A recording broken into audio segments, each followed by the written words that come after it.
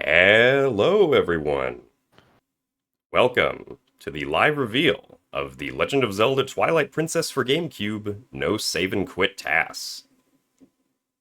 Hope One of that the oldest everyone. categories. Oh, yes. One of the oldest categories that there is because of speedrun history reasons. But yeah, so this is a task that was made by the one, the only, the guy downstairs, or TGD. How you doing, TGD? I'm doing good. I hope everybody is ready to watch the task. I put a lot of time into working on this task over the past about 7 months or so. It was almost 7 months of work, almost to the day. I started this task on September the 11th and finished it on April 10th. So almost 7 months to the day. So it was a lot of work, but I'm happy to be here with the reveal, and I hope you guys are excited to watch it. All right, very nice. Yeah, and so for commentary here, we have, of course, TGD himself. Uh, we have me, because this is my channel. Hi, I exist. And we got Anno. Hello. So I believe, Anno, you mentioned, or you previously mentioned to me that you were the one who made the route for this task.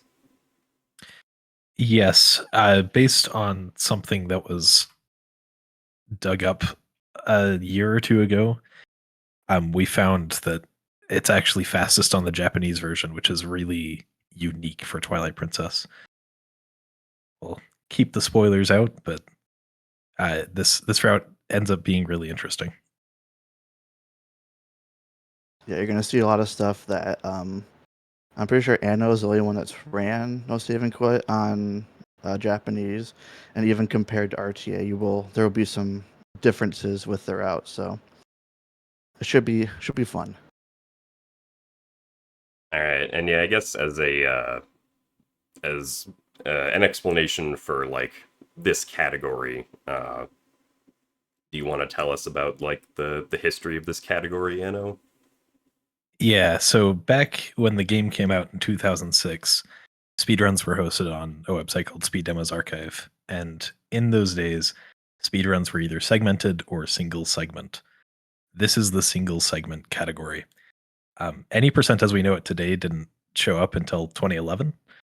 Before that, it was all no save and quit, which is beat the game as fast as possible without returning to the title screen. Yeah, and so pretty much back then, when this game came out, like pretty much all speedruns were done single segment or without saving and quitting. Although interestingly, the single segment no save and quit category for Twilight Princess kind of survived, whereas like for a lot of other Zelda games, like not saving and quitting kind of just faded away and wasn't really relevant anymore. But Yeah, I think this was the most popular Twilight Princess category until about 2014, due to a couple of RTA unfriendly tricks yeah, that's at that time. definitely true. All right, well, do you guys either have anything else to say before we begin the reveal? Only thing I guess I'll mention, just I won't mention the final time or who was closest yet. But as far as re-records go, it's all the way at the bottom here. And a re-record is basically how many times you reload a save state. Um, so I had 383,353 re-records for the creation of this task. So despite loading save states, I did not save and quit. So I just want to throw that much out there. Yep, that's a lot of re-records. Yes. How many of those were on Wolfos super jump alone? Uh, tens of, I mean, many thousand, many thousand most likely. Anyway, the final result should be really good. I haven't seen any of it yet, so I will be reacting just like all of you. All right. Well, without further ado, then we will click the play button. Here we go. And also, chat, feel free to tell us if the audio needs to be tweaked slightly. I would not consider myself to be the best at audio balancing. But anyway. Oh, and just like a pre-warning, I ran into a couple weird issues when actually rendering out the tasks in Premiere Pro. So if a couple moments look kind of weird, I am aware of them, and nothing is wrong with the task itself. So, as far as that goes, don't be alarmed. You just might notice a couple weird things. Yeah, so starting off here, things are looking pretty normal. I assume we're gonna go do gate clip immediately, like we always do. We sure are, except unlike any save and quit category, or I guess anyone that does back in time, we're not going to be doing back in time because that requires you to, well, save and quit. So, Not necessarily in that order. Yes. But lining up the rock and getting through first try as expected. We'll be going through the start of the game, not normally, but we'll just be rolling through Farron Woods.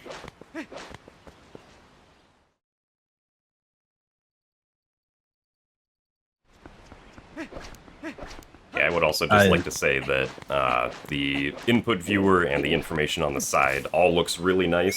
I think it does add... Thank you. It adds quite a lot to just being able to see what's happening during the tasks and also keeping tabs on our equipment and inventory and where we've been in Hyrule.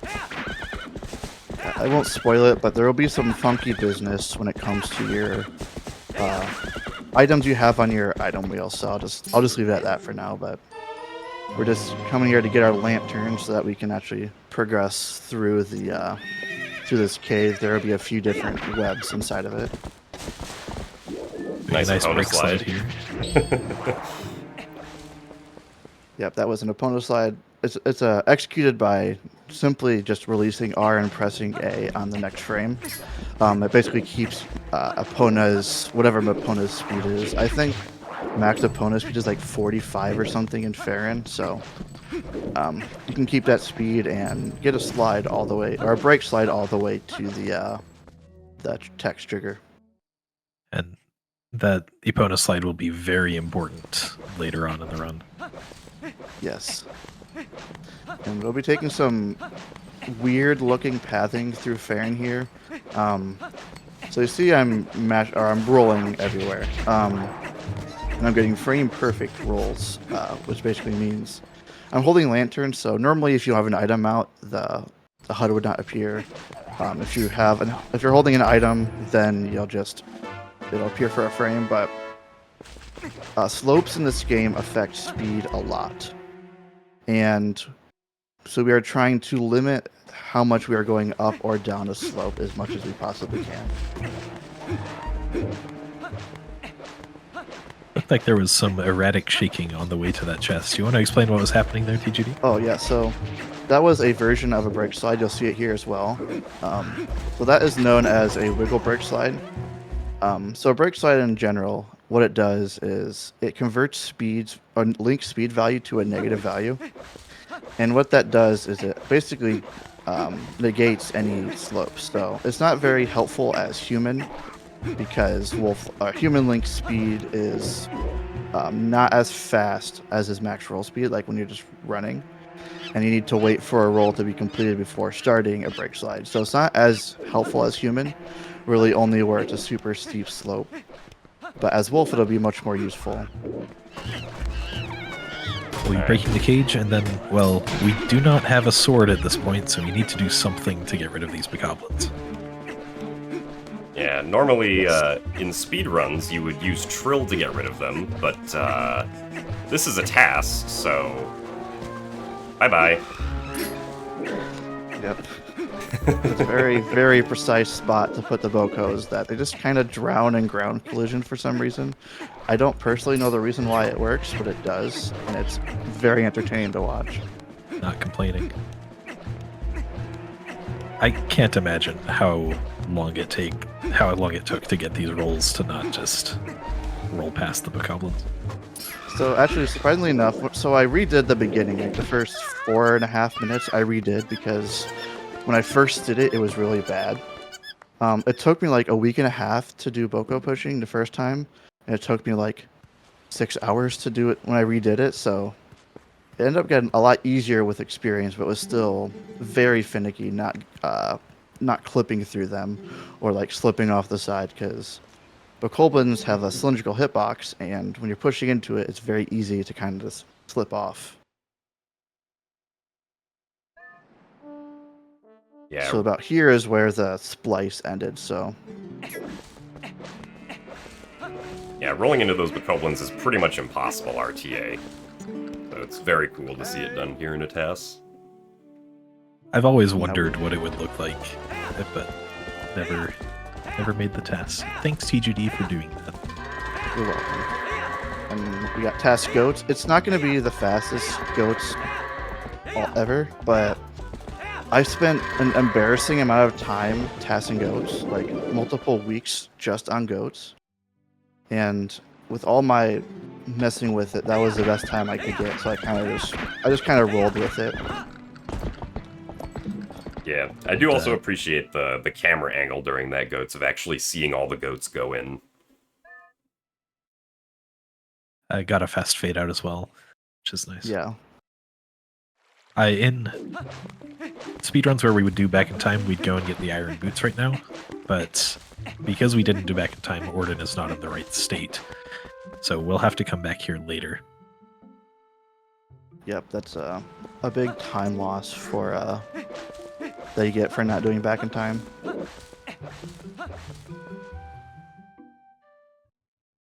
Yeah, the length of the fade out is RNG. It depends on. I'm pretty sure it starts once the game is like fully registered that all the goats are actually inside the pen. Or they have to make like a certain amount inside. I don't know the specifics, but there is RNG to it.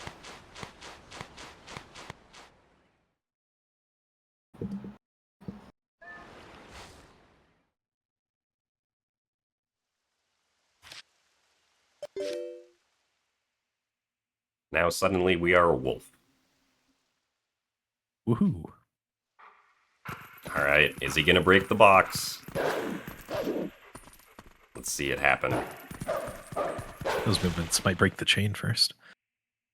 Beautiful Brock's break, though. Gotta save those 3 frames. Absolutely.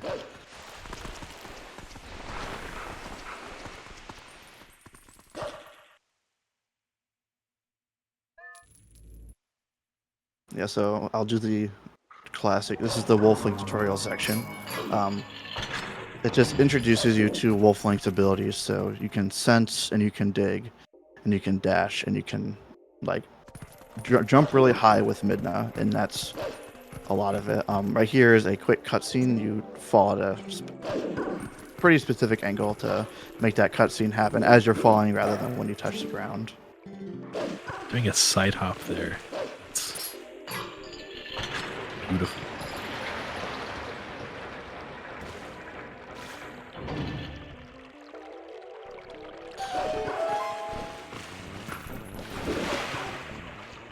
Yeah, a lot of this section with Wolflink is mostly about keeping momentum and doing a lot of dash canceling, which is where if you dash as Wolflink, you then normally can't dash again for about 2 seconds. But if you like dash and then something cancels the dash quickly, you can then immediately dash again at your next opportunity. Also, really good LJA right there. Off of that shadow run. Another thing that the brake slides can be useful for is changing your angle while keeping that momentum. So doing a little brake slide to keep the angle into the tunnel.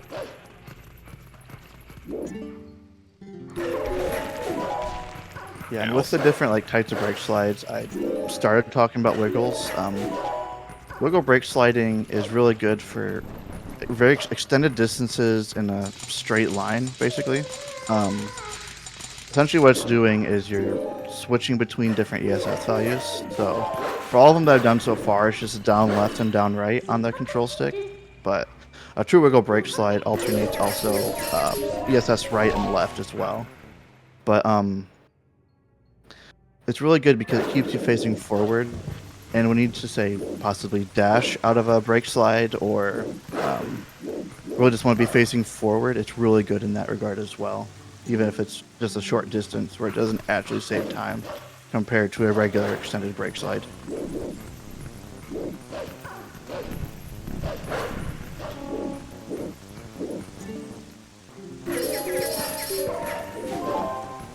Yeah, and on each of these Midna jumps here, anytime that Midna has a text box before the Midna jumps, there's a frame that you can jump like really early for the Midna jump if you press A on that specific frame. So the TAS, of course, gets all those.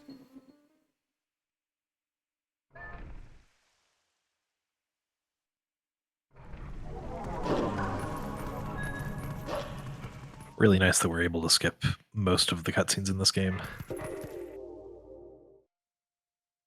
Yeah, the game would be a lot longer if we could not skip Yeah. really any of these earlier cutscenes.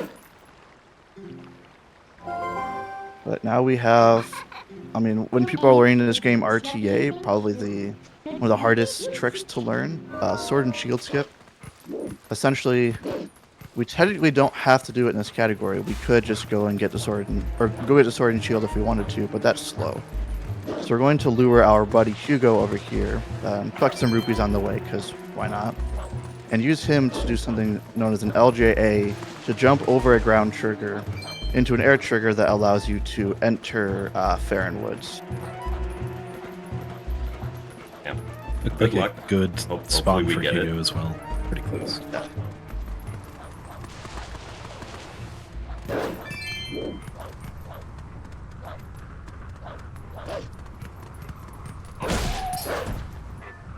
Beautiful.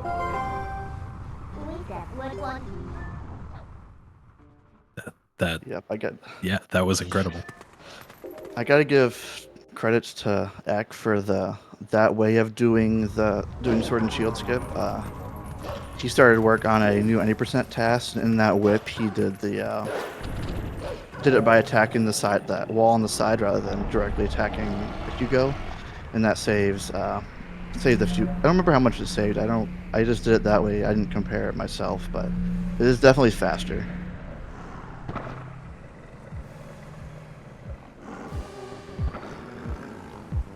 Yeah, it just makes sense with it seems like you can gain control much earlier by blocking the wall instead of doing like the typical jump attack.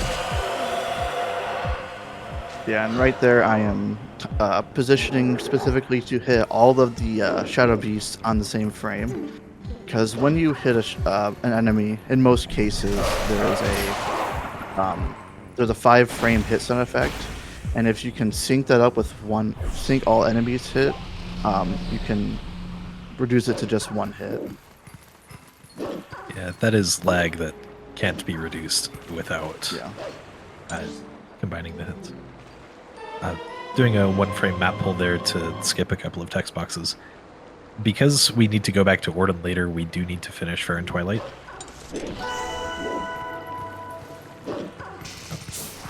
So we'll be going around getting these bugs. Okay, that's interesting. I didn't realize that was the reason, because I guess Midna just doesn't allow you to warp to the Orden Spring portal. We didn't get it. Oh, we didn't get it. That's right. I'm sorry. The sword and shield. You'd have to do that. If you got the sword and shield and got the portal, then technically you should be able to get away without doing Forest Temple, or without doing Fair and Twilight rather. Yeah. And because of that, it only loses about a minute or a little bit more to not do sword and shield skip in this category. Some bug pushing. I guess that is why the TAS would opt to do it in that order instead of the normal RTA way of getting that bug first. Also, that gate doesn't exist. And I'm actually wasting a little bit of time entering this load zone. The bugs need to be fully registered as dead before you enter. If they haven't blown up and you enter the load zone, they'll be alive when you come back. So we need to make sure they stay dead.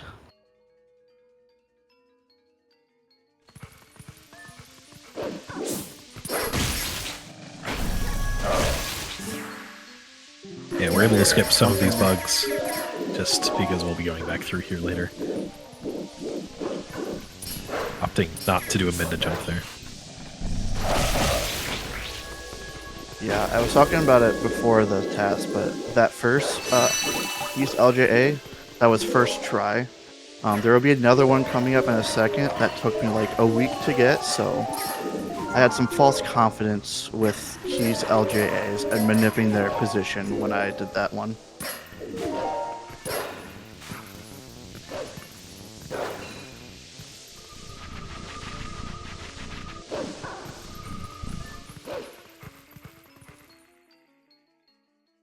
On to another infamous trick in Twilight Princess, early Master Sword. Using this Shadow Beast Jamal to jump up onto this ledge. Very quick lineup and very nice jump. Yeah, the incredibly precise way of doing the super jump for EMS and also jumping to the Sacred Grove. Another the remix of Zelda's Lullaby.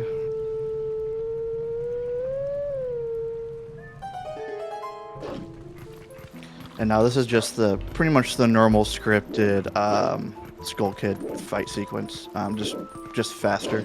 All we're trying to do is get through, I think it's three hits on Skull Kid, and every time you attack him, he teleports somewhere differently. So we're just trying to do that as fast as we can.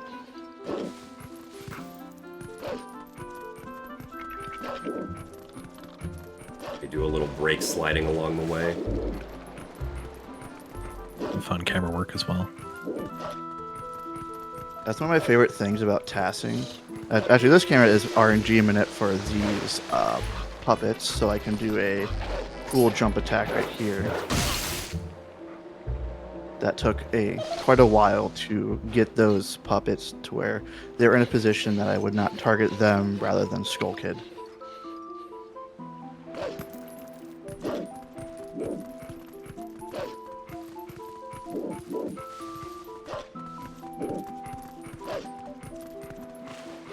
Yeah, but like I was saying, one of my favorite things about TASing is just being able to mess around with the camera a lot and it really differentiates it from an RTA run where the camera is pretty much not controlled for the most part. Yeah, it's also very convenient that the analog stick glitch exists in this game, because in a TAS it kind of means that you can do whatever you want with the camera while Link still runs in the same direction. Also, I'm gonna get pushed by Skull Kid here. Oh, that was very nice. Doing a very precise attack on him. I was wondering what that lineup was for. And for the this last fight, there is actually some RNG with it. So for one, ideally you only hit one puppet to limit the hit stun. But there's RNG with how long it takes for the puppet to actually explode. And that's when the timer for Skull Kid blowing his horn actually starts, not just when you first attack it.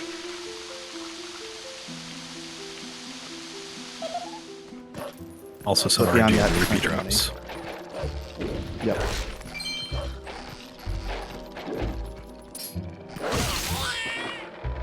We will need the standard 300 rupees in this run to fix the cannon. Yep.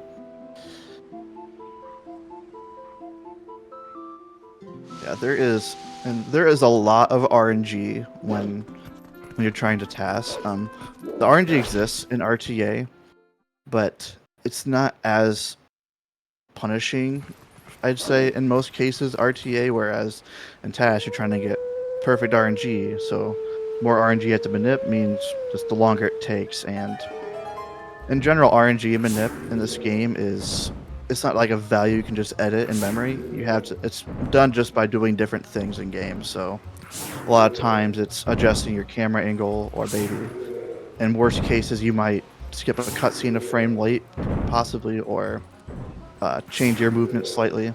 Um, but RNG manip in this game is completely controlled by you. So it's a lot of trial and error and just doing a bunch of different things until you get what you want. Yeah, thankfully the RNG is just completely deterministic. So if you start with the same seed, like in a TAS, and then just do the same inputs every single time, you will always get the same results because you will always have the exact same sequence of RNG calls happen starting at the same value. But we are at the Master Sword. Sub 20. Sub 20 Master Sword, yep. Pushing Bokos in the way that the TAS does is insanely fast. It saves a lot of time over RTA, as well as just general movement optimizations. And this is the first thing we see appear on the equipment screen. And it is the only sword or shield we will get in this run. We'll be going shieldless. Yep. Yeah. One funny thing about with seeing the input viewer, you can see during like cutscenes when I forgot to like unpress a button or something, or like sometimes you'll see the Z button pressed for a very long time just because I forgot to uncheck the box in Dolphin.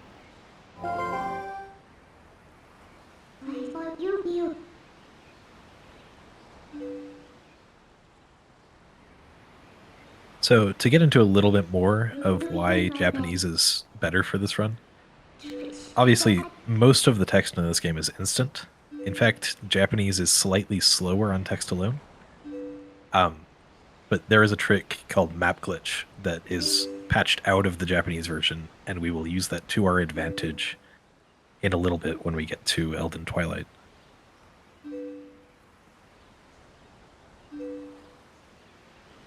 Also has some consequences later on that we'll have to use workarounds for.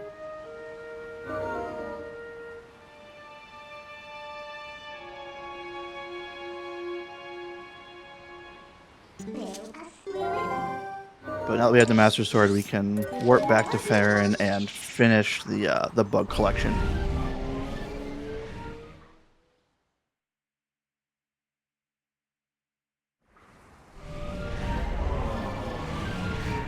I always thought it was cool how No Save and Quit just ignores the Fair and Twilight bugs after killing them and then comes back for them to skip having to wait for their animation to finish. Yeah, that's something that's a bit different in the HD version. Having the instant tears. Oh, And also having early Master Sword also. Yeah. Another thing that was deceptively hard to task was those gate clips.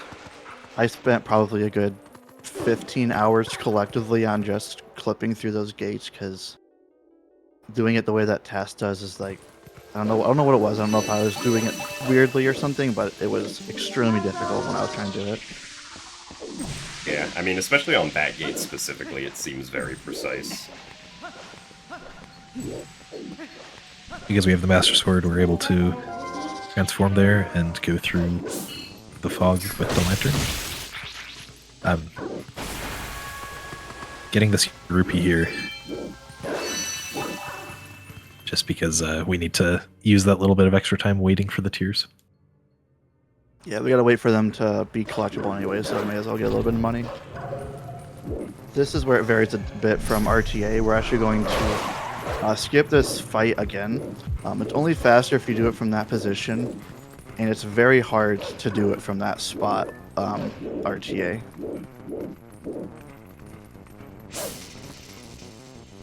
And then going up that, there's just a lot of different versions of brake sliding depending on where I'm at and what is most useful in that case.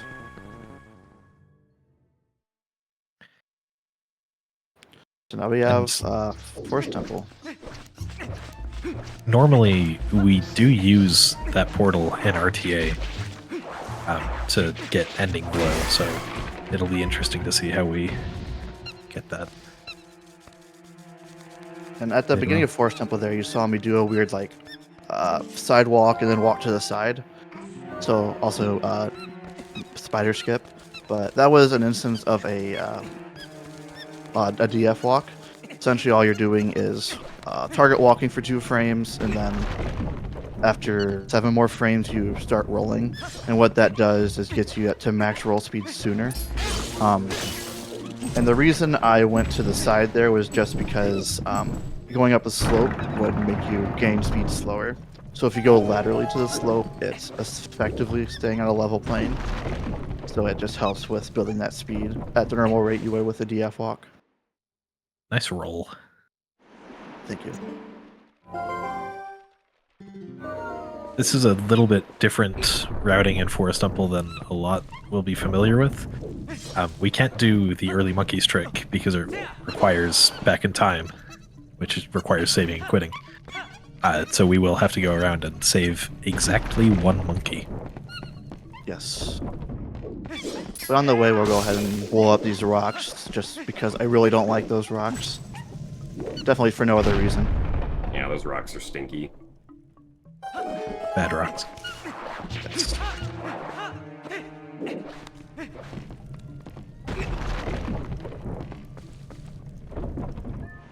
Oh, and in general, just while we're kind of rolling through Forest Temple, I gotta give a shout out to pretty much all the previous TASers. So Jim, Beast, Ek, TTM. I reference all those TASs multiple times for strats and movement ideas, and it's some stuff that's like original, but also a lot of collective of stuff that they have done to form ideas and also just get inspiration for what to do in certain areas. So big shout outs to them.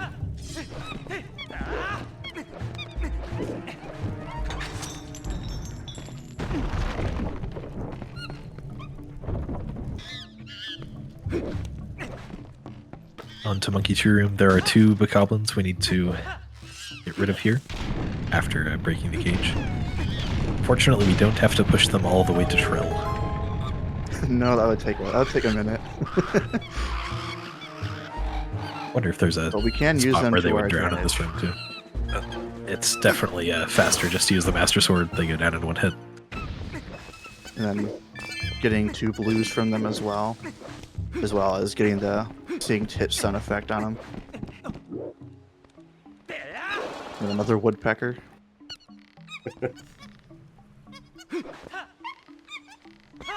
That was a fun fact. When you're jumping off those monkeys, Link's head actually detaches from his body for a frame, which was a fun surprise I saw when working on it. Yeah. So the reason we blew up those rocks was not because we didn't like them. We need what's behind them. We need Uku. Okay, well, I didn't like them, so regardless, I'm still happy they were blown up. Oh yeah, they're especially that bombling. It's really hard to spin attack that bombling. So I've lost plenty of time trying to get rid of those rocks before. And then we're running around because the cutscene of the monkey jumping on there is longer than just walking around. I think that monkey just hopped from midair. Yeah. He's cool like that.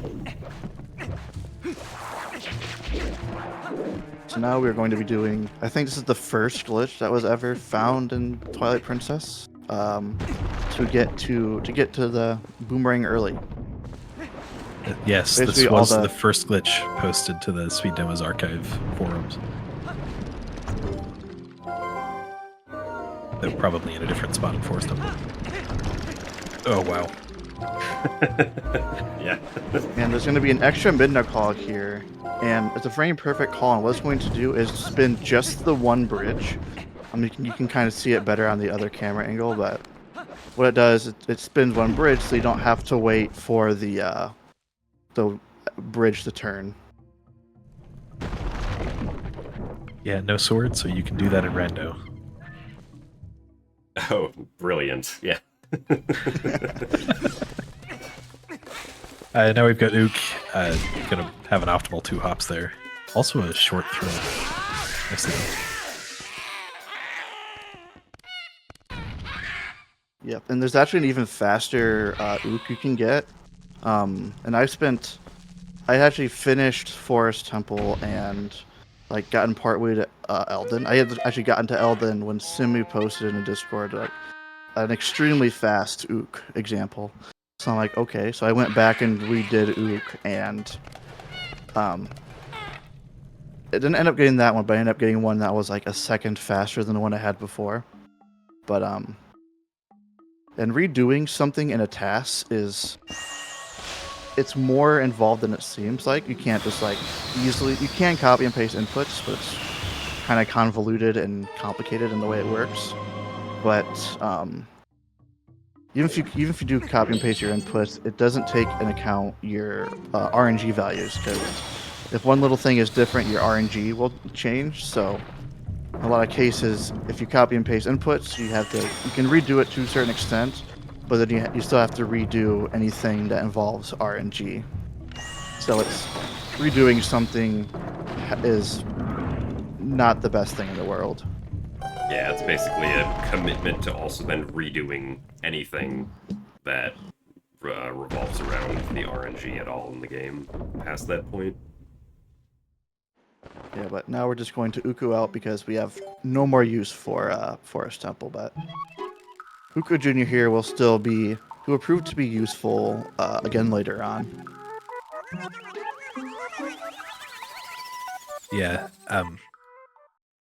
Using Uku there saves about a minute compared to leaving the temple normally, and it's just an added bonus that we still need Uku Jr. later. Shoutouts to Seahorse Link. Link E. And then out of this cutscene, there is a 1-frame backflip we can do. Following the route. And then I had to kind of take a weird arc there just to avoid the rolling back into the Binda trigger. But we're going to now make our way to Elden. That is our next thing to do right after doing Forest Escape.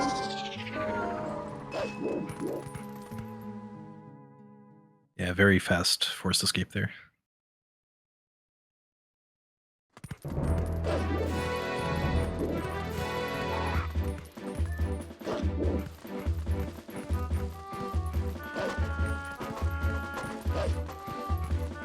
And coming up here, we got the mailman skip, because talking to the mailman is slower than just being like, well, why don't we use a long jump attack to jump over the mailman trigger.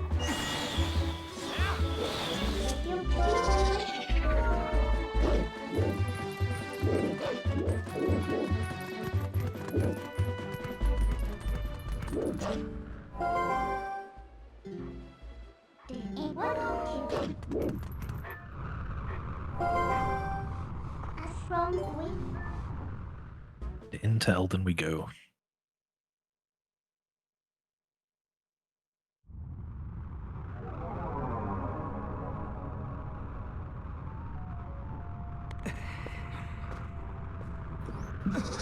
Yep, and this is going to be a pretty big, I guess, route variation from RTA, even with the bomb route. We are actually not even going to bother at all with this portal fight. We're going to just completely walk past it, like it doesn't even exist, and instead do a trick known as Rupee Roll and then Gorge Skip in a way you probably have not seen done before in any run or any task. So use the Rupee, and then we can actually LJA onto this post, then LJA across the gorge here where the bridge is. Oh, interesting. And I think this ended up saving 13 frames for me over doing the other version of that you would see at RTA or in the 90% TAS. That's pretty cool. Getting the fast gate clip there, just a bonk and dash through. Remarkably precise.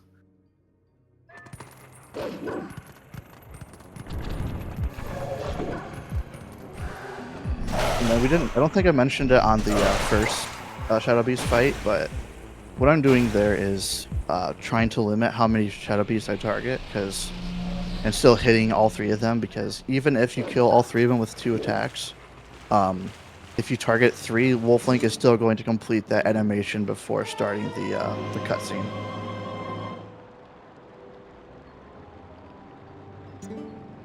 And I gotta say, Elden Twilight, it might not look like anything too crazy. It took like a month and a half to do just Elden Twilight. There is a lot of annoying RNG in this section. Which the first bit you'll see is Keys LJA at the start of this area.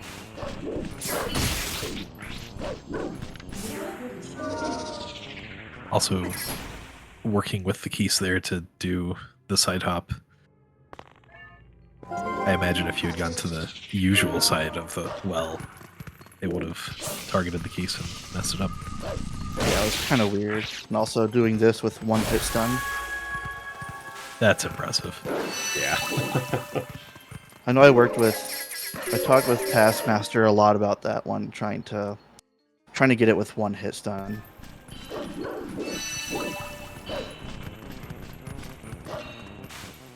But I gotta give credit where credit is due on that one for sure. Because I don't think there's any RNG when it comes to the bugs. I think it's purely position based. So like it's just a kind of a get good thing for the most part. Walking on this wall makes the bug come down to us. I got an accidental super jump off of that bug. I think it tied to the frame beast TAS, so it didn't end up being faster, but it tied and it looked cool, so I kept it. And then going to the right side of this fence, saved a bit of time. I think Taskmaster timed it to be a frame faster than the sign jump.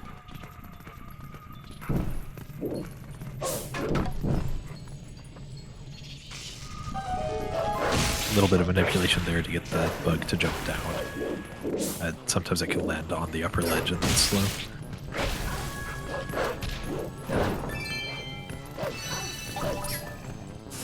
Nice yellow rookie pickup.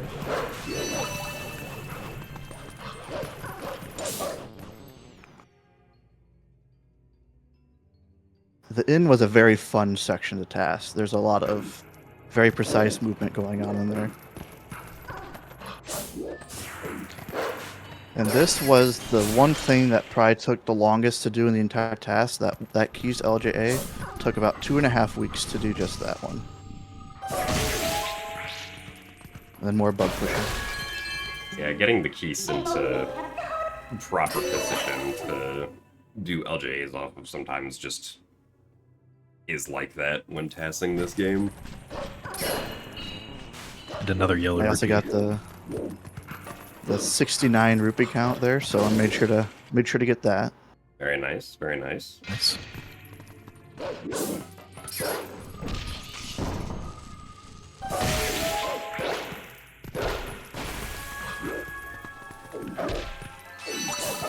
I like the bark into the loading zone before getting the tier. Now we have a bomb house skip, and this is very different from how we do it RTA. All you need to do is defeat that bug before before it gets to the house, and yeah, that's one way to do it. Doing that other route, jumping back to the Barnes Bomb's roof, skips a little bit of text as well.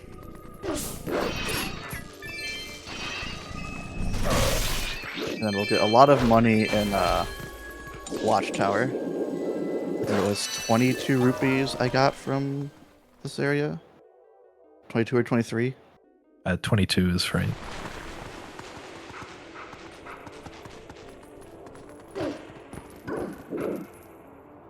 Just a couple more bugs in the Twilight. And a couple more bonks, apparently. Yeah, I think it's very important, like, to mess around when you have downtime. Because there's a lot of times where you're just kind of waiting for an animation to happen or really whatever. And it's a good time to kind of do some really funky movement just to kind of pass time. These brake slides look like messing around, these wiggle brake slides. They are not. They're actually just the fastest way to move.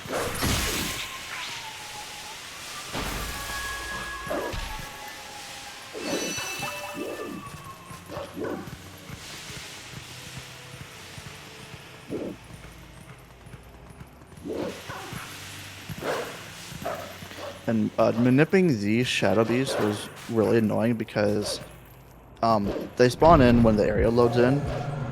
And the area loads in actually quite a bit further than you would think. You're pretty far away when they spawn, so you have to redo a lot of it just to see if maybe you got good RNG. So it's a lot of redos there.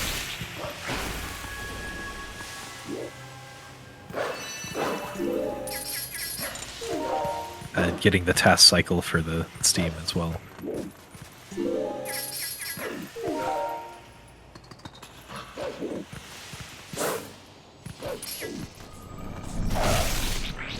And thing with midna charges, if you kill something with a midna charge, there's actually no hit stun effect at all.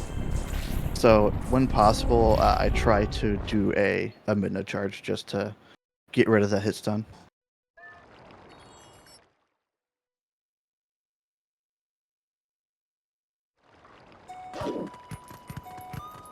Done with Elden Twilight now, so we can do something that we would have already done in any percent, but because we didn't have back in time, we weren't able to do this early.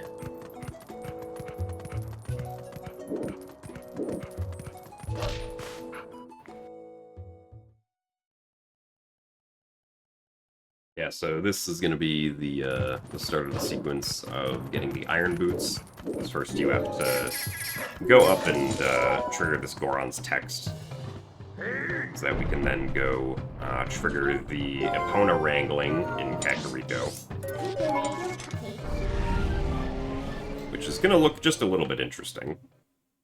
Yeah, art in on console, this is actually kind of chaotic. There's a lot of like flashy textures, but for some reason on Dolphin, it's actually completely tame, and you just get to see the weird Wolf Link model on Epona. Yeah, so right now the game is essentially trying to map Wolf Link's model to Human Link's animation data, which results in this. So...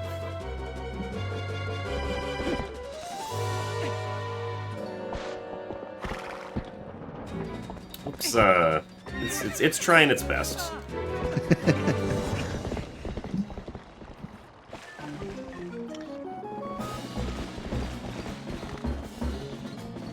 And Wolf Link is like 10 feet above Epona, but is still managing to ride her, which is fairly impressive.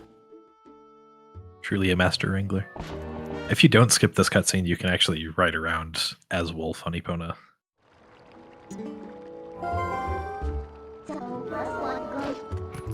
Looks And I'm just doing jank. a little circle because I gotta wait for the cooldown to call Midna again. Because one of the downsides of not getting map warping is that I have to always call Midna, and that is actually slower than opening the map to warp, but it ultimately saves time in the end.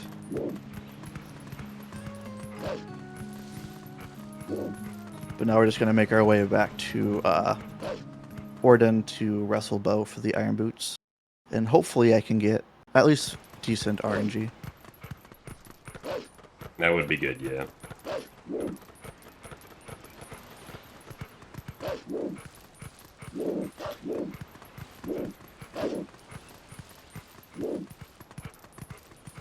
Yeah, interestingly, so Wolf Link actually has two different speeds that you can move at depending on the area you're in. Usually for smaller areas, or I guess for larger areas like Hyrule Fields, Wolf Link's movement speed is about 1.5 times faster. For some reason, that's also the case in Orden Village, so, like, Wolf Link moves really fast in Orden Village compared to in, like, Farron Woods and stuff, for some reason. I guess they felt like Orden Village was a large area that Wolf Link needed to move quickly in. I guess so. And a slight difference from RTA. RTA, there's actually an orange rupee, which is worth 100, behind Russell's house, but I don't need to get it in the TAS, so I just didn't get it. Yeah, there seems to be quite a few RNG rupees that you're getting. There is another 100 rupee later that's a little bit more in our way. I don't know if I'll be getting that one or not. Anyway, bow time.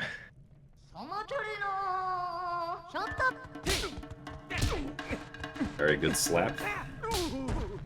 An excellent push. And holding L to save a few frames on camera panning. I'll say shout-outs to the C-stick being on C-stick right for, like, the past minute. Yeah, that's an instance where I just forgot that I used C-stick to... The C-stick was to, after transforming to manip Bo's RNG, and I just was very confident with that C-stick position, I guess, so I just stuck with it. There we go.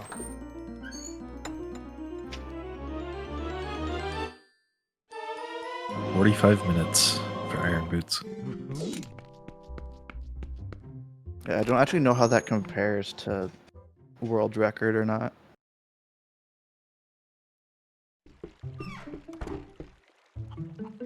But now we're actually going to Uku back to Forest Temple because we have not gotten... Well, we still need to get Ending Blow. And we did not get the North Farron warp portal, so the only other way we have is using Uku and warping back and then warping out again, which will put you right outside Forest Temple. And I timed that out to be, I think it was like a little over 2 seconds faster to do this and skip the, and still skip the messenger fight. Yeah, it's about 8 minutes faster than world record so far.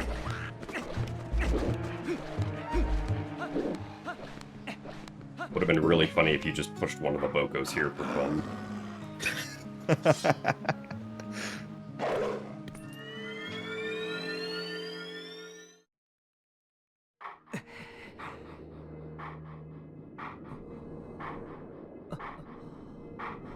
Yeah, so the game requires that we get Ending Blow. Otherwise, it is not possible to deliver the final hit to Ganondorf. It is the sole requirement for the Ending Blow, at least as far as speedruns are concerned. Obviously, in a casual playthrough, the game forces you to get Ending Blow. But in speedruns, there are some cases of newer speedrunners like forgetting to go and get Ending Blow, and then being very sad when they arrive at Ganondorf and cannot complete the game. Yeah, I've done that once, and it's a mistake you'll make once and never again. I have also done that. I have also done that. It would feel a lot worse getting to the end of a task and realizing you didn't get it. That would be heartbreaking.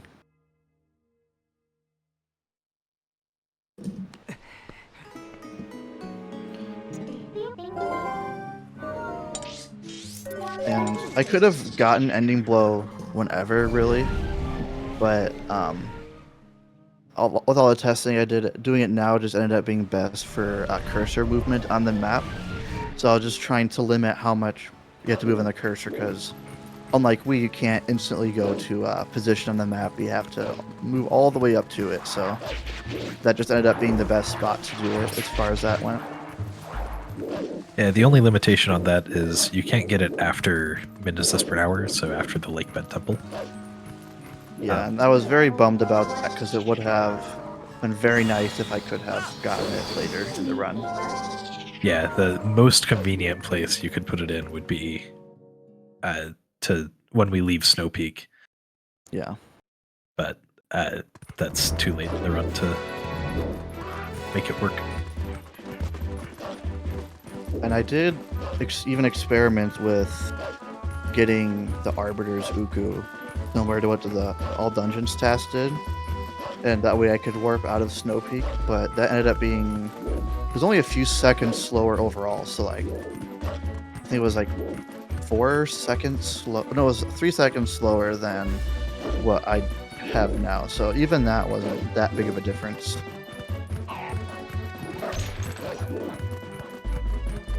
Another Another gate gate that not doesn't exist.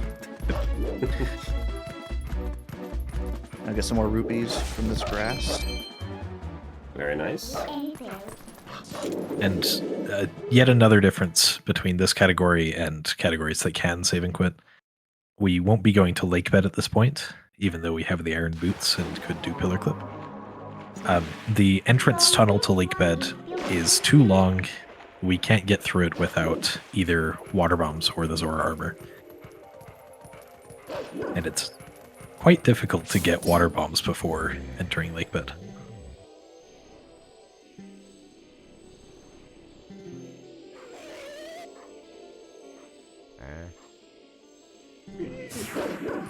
It's grass.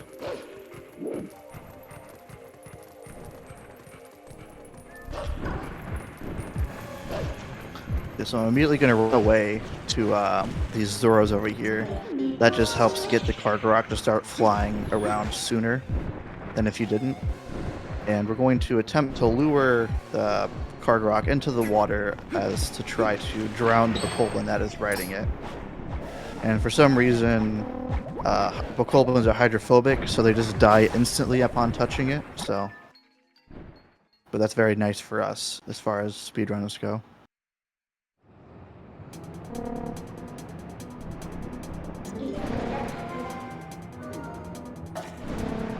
I'll be doing a little bit of a speed up on this flight as well. I assume at least. Using this ceiling to clip out of bounds.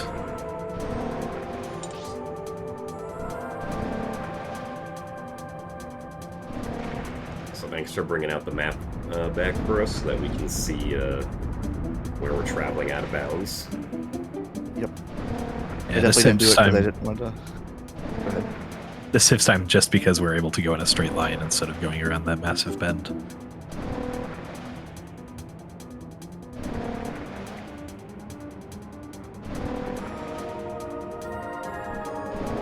Yeah, as far as I understand it, the loading zone isn't just like a load zone.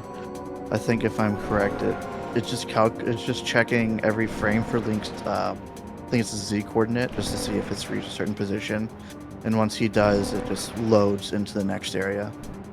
Yeah, that's correct. As far as I'm aware, also.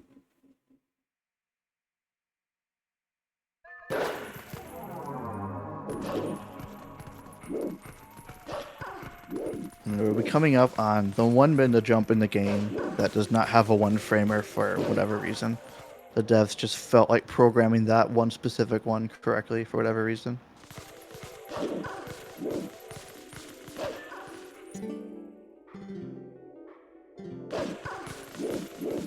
Another Keys LJA.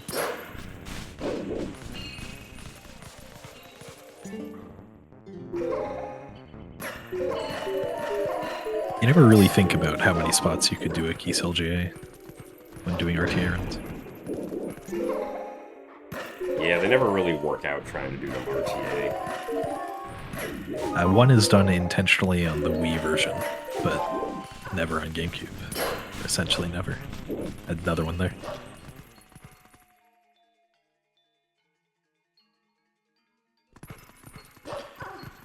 So one thing about wiggle brake sliding is, you saw I was kind of turning it there, going up the slope after ascending Zoro's domain. Wiggle brake sliding is weird in the fact that if you don't have the camera behind Link enough, you pretty much drop all of your speed. So what we have to do is kind of turn your camera so that when you target, the camera stays enough behind Link that you don't drop speed. But like it's a very fine line between like what's a good C-stick position and what'll just drop a lot of speed to make it not worth it.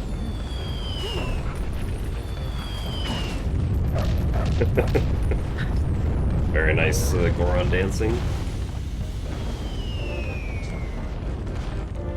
I also like the spamming of B during that cutscene.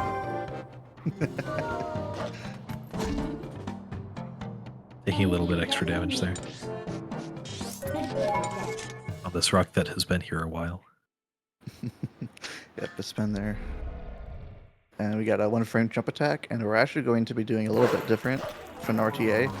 We're actually going to kill this bug now so that it is dead later on. And use it to do a Retellus cutscene skip. It's so cool to see that done in a TAS. That particular strat was found quite a while ago on accident and very hard to replicate.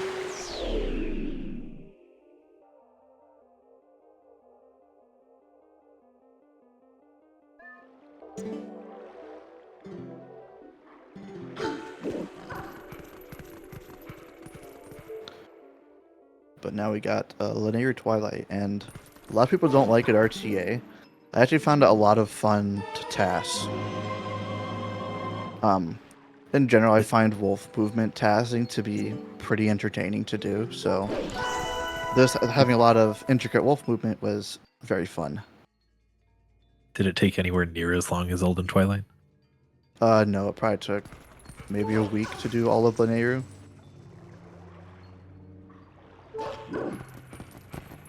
A lot of Linear Twilight ends up being just running forward.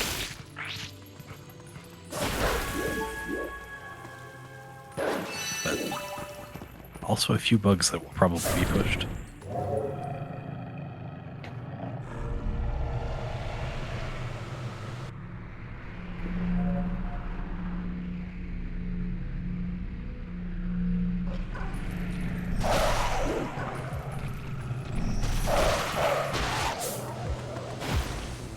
Nice dig.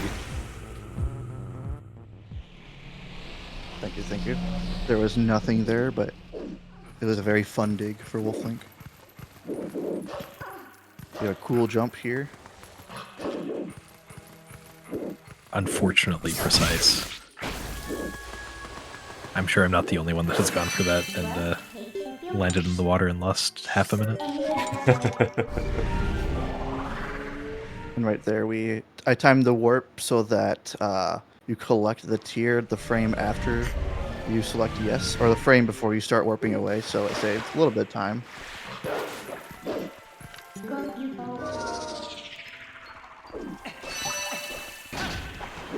Yeah, and then we have to do Rutella skip here again because the trigger is still there.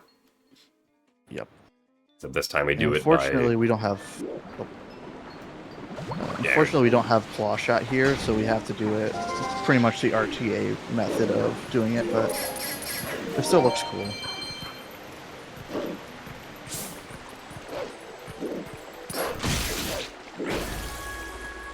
And a small oversight I had here was jump attacking off of the ledge.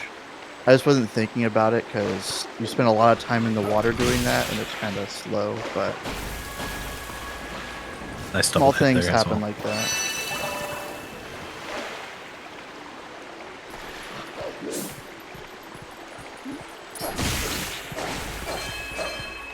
all the rupees.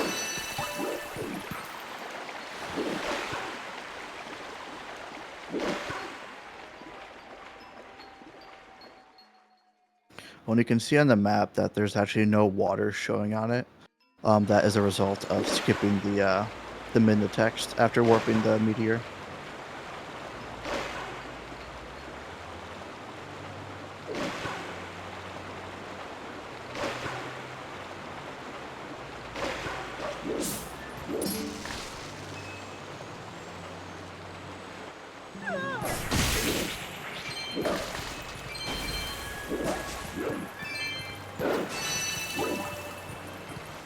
And if anyone is familiar with the glitchless TAS, I did not get the weird hop here. I don't know how he got it, but I did not get it myself. Yeah, we'll just say it's a Wii only thing. Yep. Works for me. And now there's a long section of wiggle break sliding. So wiggle break sliding, as I was talking about before, it's alternating between different ESS positions. So right down left, left down right, and so on and so forth. It's actually, if you were to do that just by putting in the values manually, it would be a pain in the butt. It would take a long time. And I know Beast had to do that for his task, but Taskmaster came up with an auto hotkey script idea that automatically clicks onto the positions, so you can just kind of map hotkeys on your keyboard to click to those positions, and it saved a lot of time when it came to tasking break slides in general.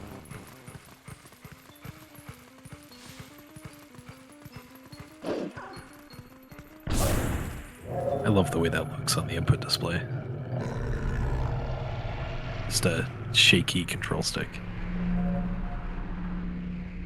And it was a slight improvement over the other tasks. I was able to get it in just two. This was just 2 hits on the Shadow Beast.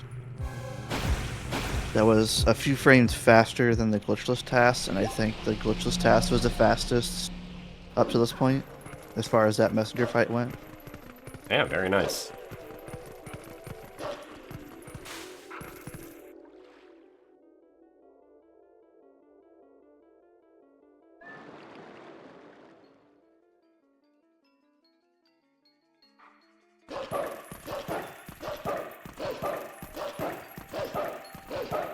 Here in Castletown, Wolflink's movement speed is significantly slower than usual, so it is actually faster to just do constant dash canceling instead of just running normally or break sliding or anything.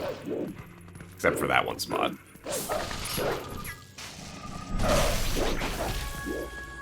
Got an LJA off of the bug. Or at least it looked like an LJA. I accidentally got UMD there because I wasn't thinking about it. Yeah. So I lost a frame there on accident. UMD, Universal Map Delay. Frame perfect alternating A and B to delay the pulling up the map. It will be quite useful later. It's extraordinarily useful and important coming up in X amount of time.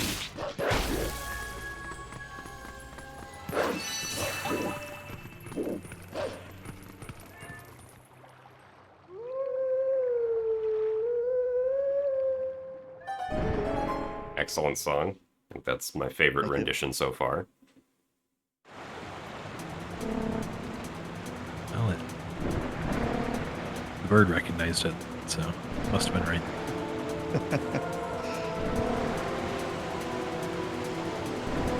I think hard was one of my least favorite things to task, just because it's just awkward the way that the cart rock flies, as well as its wing hitboxes when they're extended outwards.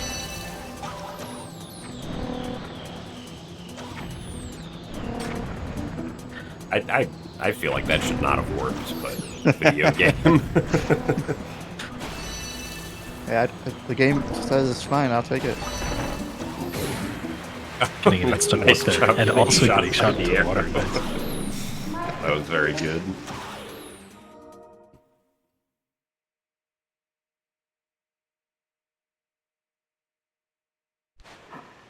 Just 2 more bugs left.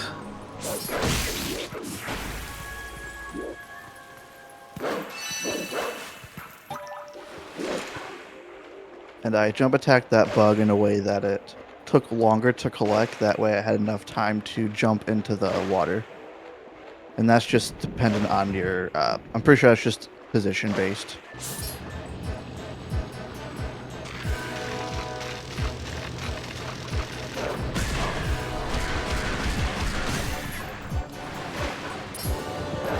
A few things we can do to speed up this fight. Mostly keeping the boss bug on screen makes it charge at us as soon as possible. And, we'll be doing a quick hit for 1 cycle.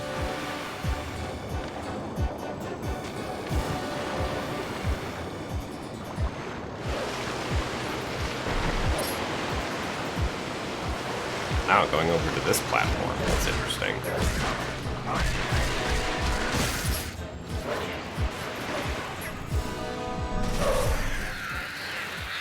Very speedy. And then bonking on the leg of Derek to skip the cutscene.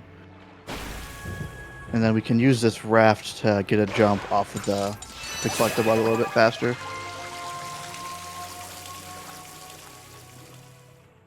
I spent a lot of time trying to get the thing where you like get on the raft and then Wolflink dives downwards, but I could not get it to save my life, so I just stuck with that. Still a fast tier collection. Yep. And so what do we have coming up next in the route? So now we are going to be doing, we're going to collect bombs.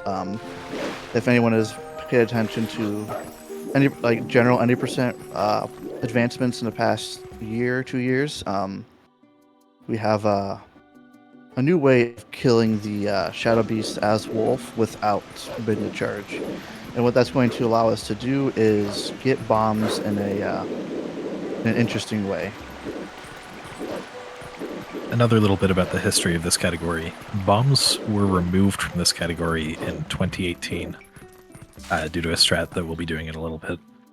And it takes about 3 minutes RTA to get bombs. So we needed to find about 3 minutes of time saves for it to be worth it to get bombs again. And only recently has that become true again. Yep, so if we talk to Isa and then walk in a way that we hit the trigger enough to allow the barriers to fall down, but not so much that we actually get trapped, and then we can transform behind the fence in order to do this fight as Wolf. But we don't have min to charge, which you're supposed to have. But there's actually a very specific set of attacks you can do to kill it as Wolf without min to charge. So that allows us to have Isa take us in. Very quickly done there.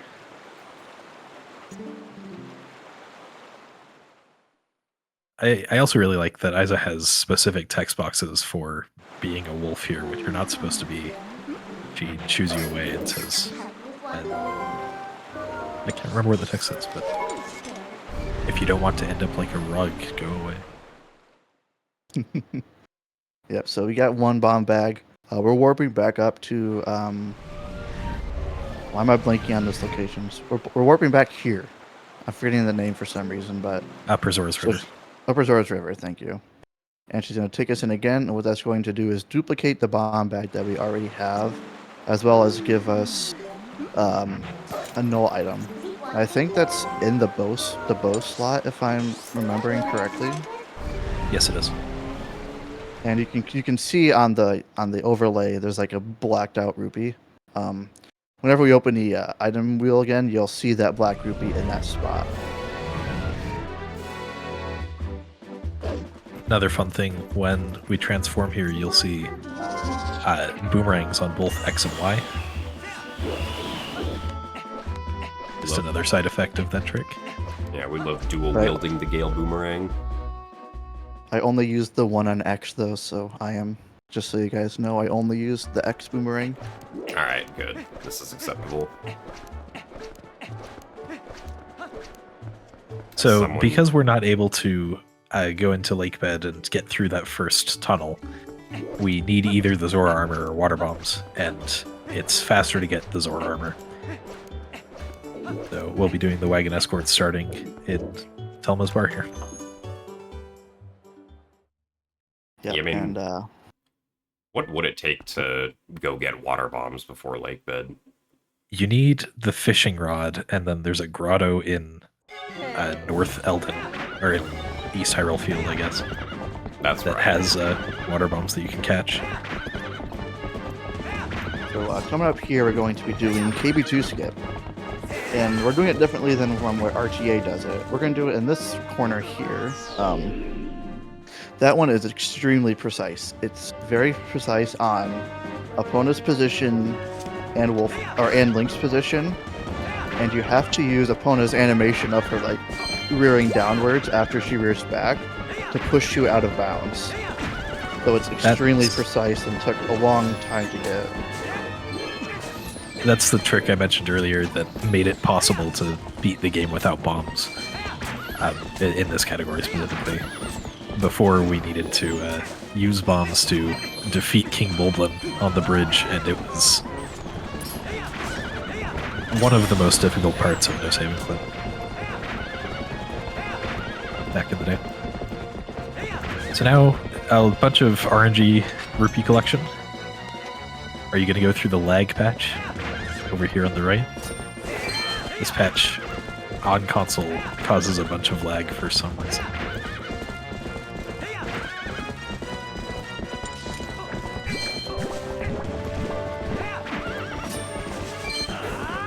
Yeah, just using this time to get some money because we need a lot of it.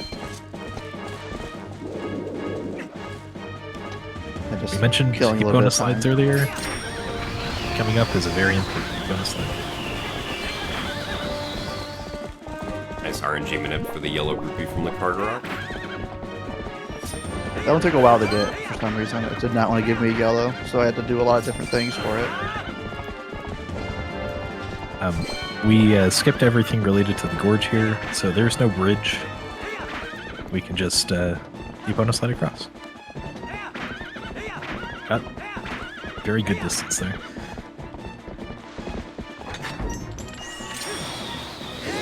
And then a couple LJs around some triggers. Yeah, there's two triggers there. There's a Midna trigger. It says, hey, you forgot the wagon. And then there's a KB1 trigger, which now exists. So the first one is to jump over the Midna trigger, or it's just jump over the KB1 trigger. And then if you get past that, but still hit the Midna trigger, that trigger pushes you back into the KB1 trigger, and you're just kind of screwed in that situation. You just have to save warp and do the escort all over again. The save warp in this good no saving quit TAS? Yep. And when Taskmaster redid this in his current new Hundo task he's working on, he thought of doing UMD here to save a little bit of time. And I wish I would have thought about it myself because it saved like 2.5 seconds or something. It would have skipped having to wait to call Midna, but unfortunately I did not think about it when I was at this point.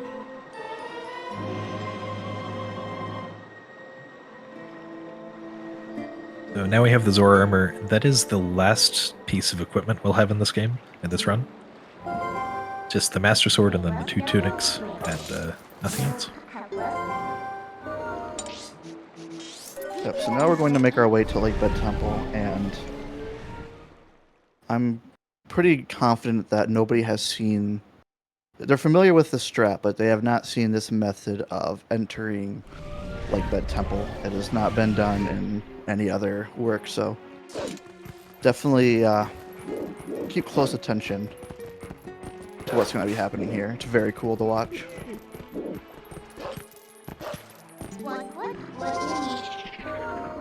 So we're going to take this rupee from a top fire's hut, and we're going to use that rupee to do something known as a rupee dive to get down out of bounds so that we can get to Lakebed. And then putting on Zora armor, that way we can swim all the way to the trigger. And that saves a lot of time over doing a pillar clip with Zora armor because max swim speed with Zora armor, I believe, is 20, 22, I think it's 20. And Wolf's dash speed is 45 there, so you are doing a lot of that movement as Wolf rather than swimming, so it saves time. There is a variant of that done in some Wii routes, but I never even thought it could be done on GameCube. And we got a little cool clip here. We can't go all the way to the chest because you can only clip up in certain spots, but that still saves some time over just taking a tunnel up normally. And then another gate that doesn't exist. Yep. And then we're going to do a bin to tech skip. Shoutouts to Ack for finding that one.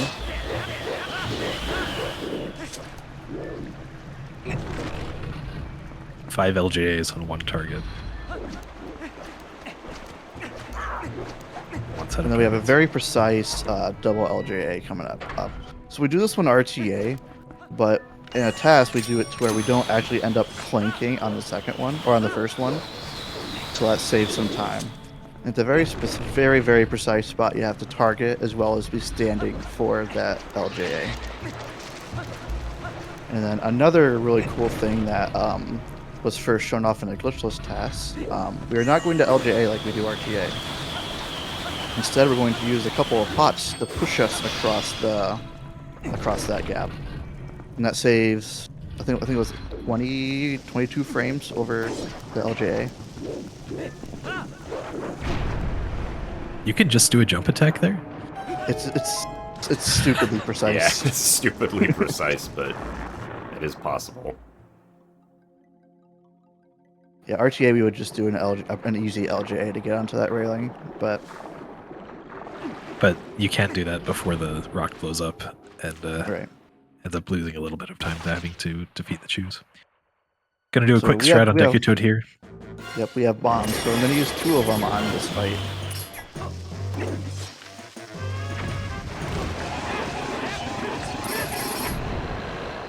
This was a fight I was very excited to TAS, and I think it was because there's a strat RTA where you can boomerang the bomb into the tongue, because that saves having to do 5 hits on the tongue, but in a TAS you can just kind of time throwing the bomb so that it explodes in the first possible frame that it can take damage.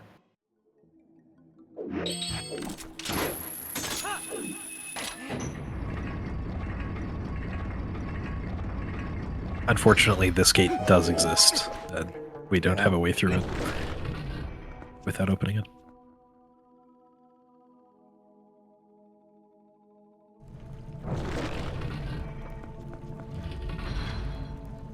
Now we're just making our way back to the central room in order to make our way to Morpheal. I'm going to do a cool little side hop here. When jumping down, side hop speed is actually faster than normal jump speed, but the roll itself is slower, so in a lot of cases I'll try and, if I do side hop, it's because it ends up being faster.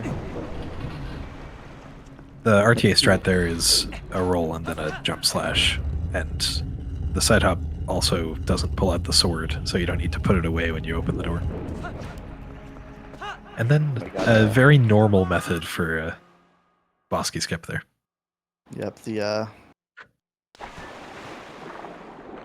only boss key skip in the entire game, because the load zone for the fight is linked to there's like that little hole you fall into rather than the door itself being open, so we can just kind of flip through the bridge.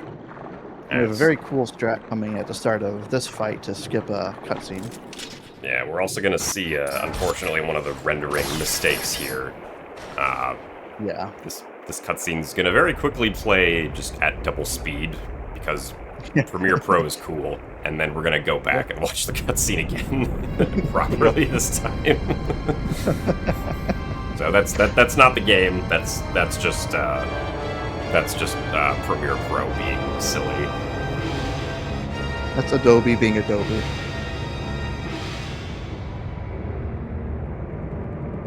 Sure, just use DaVinci. True.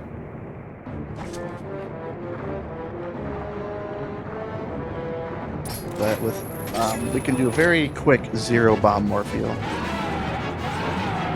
With frame perfect swimming, the TAS speeds up so quickly in the water.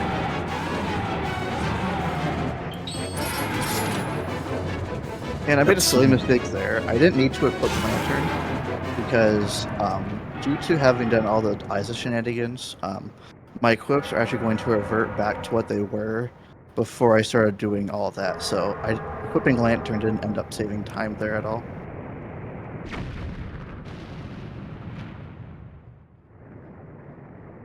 Yeah, and it will also fill our bomb bag with 30 regular bombs instead of the 7 water bombs we have now.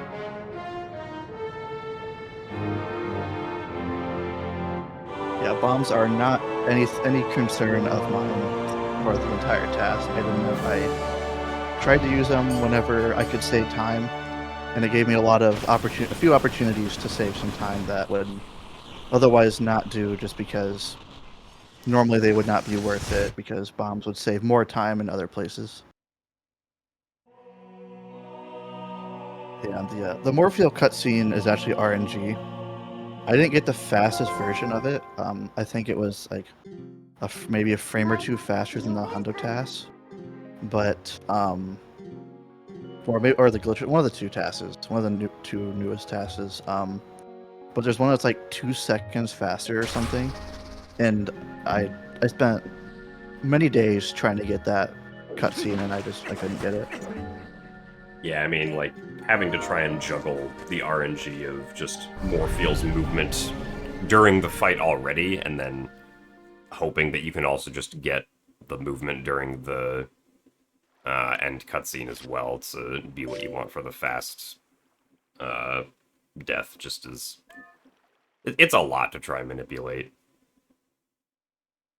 Oh, and now that we have... Oh, go ahead. Okay, especially when the manipulation is just all trial and error. Anyway, as you were saying. Yeah, I was just going to say, there was a question about the Black Rupee. That was a null item due to the duping bomb bag glitch that we did. But since we completed, since now that we're in MDH, that is actually completely gone now. And like Anna was saying, we now have 30 regular bombs opposed from the water bombs I had previously.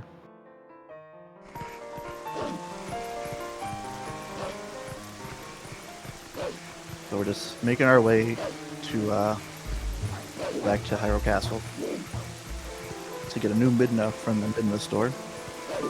Hopefully our warranty is not expired yet. We should be okay. It's only been an hour and 21 minutes.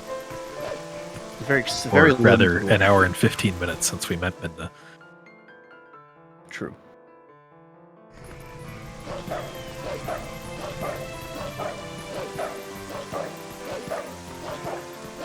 More dash cancels in here because the wolf speed is so slow here.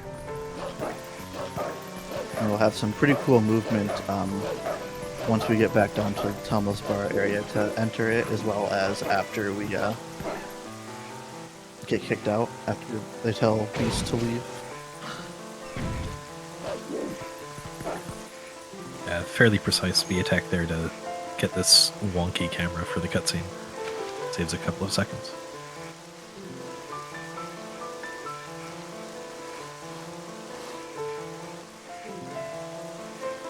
Yeah, I think it's position based, and at full dash speed it's frame perfect. The B press is frame perfect, so.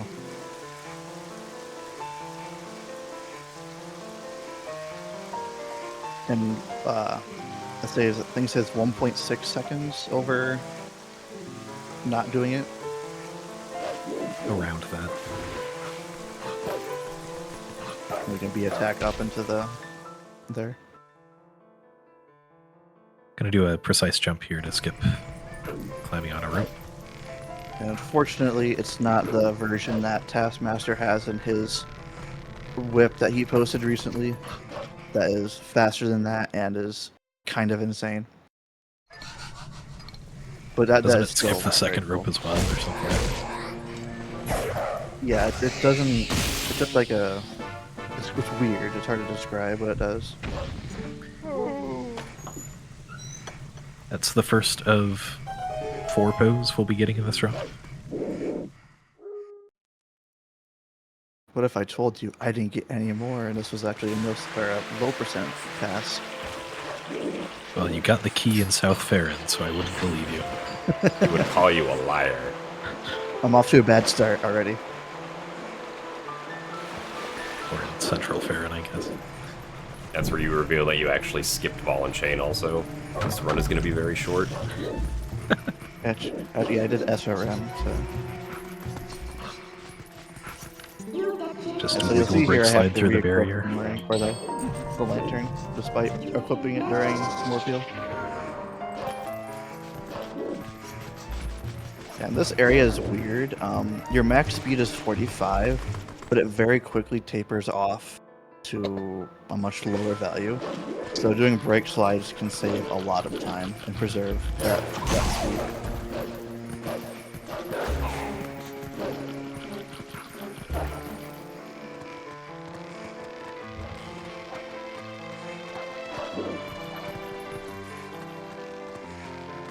As far as this tower goes, there's just a little bit we can do to speed it up. A couple of LJAs on the moment.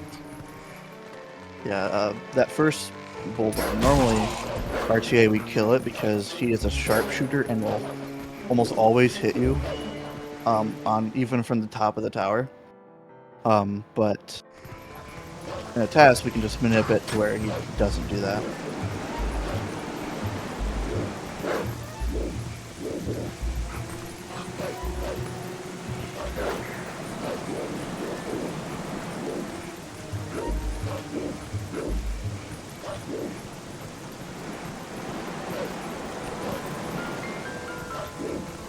Yeah, the TAS is so fast that it just makes that bridge cycle look normal.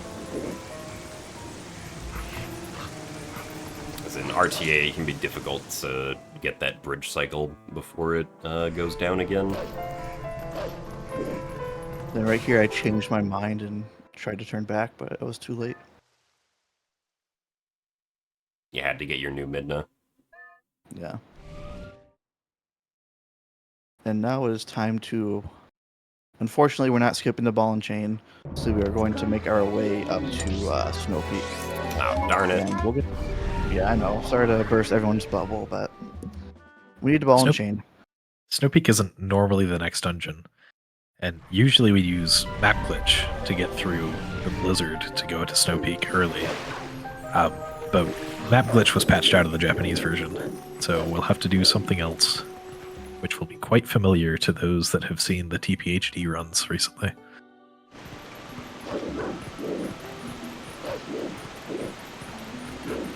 Yeah, the trick that was discovered in a TAS finally gets to be done in a TAS.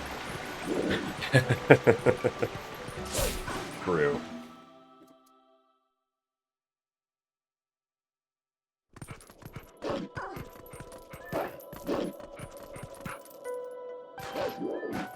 Yeah, so normally map glitch makes it pretty easy to do early Snow Peak because the thing that prevents you from doing early Snow Peak is just essentially a bunch of loading zones, and map glitch on other versions of Twilight Princess will get rid of loading zones when you do it. So then you can just go past the loading zones and it's all good. But here, loading zones still exist because map glitch was patched on this version, so TGD is instead going to be doing the Wolfo super jump to get past the loading zones that try to block him here. So essentially just getting a Midna charge on the Wolf and then using it to jump up and over the loading zone. And the other advantage of this is that normally if you do map glitch, you have to howl at the Howling Stone that's at this area to reload it, so that the loading zones come back for us to progress forward with. But because map glitch was never performed, we don't have to howl at the Howling Stone, so I believe this method of doing it is faster than the map glitch one in this instance because of that. Yeah, in general, Wolfo Super Jump is faster. It just has that caveat of it has to be after MDH, so it's not... I guess in the current 80% route, it is faster, but before our current 80% route, it just wasn't possible. Wasn't possible 90% because we did Snow Peak before, but... Yeah, I attempted to save about 10 seconds RTA on a really good Wolfo super jump, which is quite difficult to do on a good run. Yeah, RTA is definitely not worth it just for 10 seconds as someone who does it in the HD version.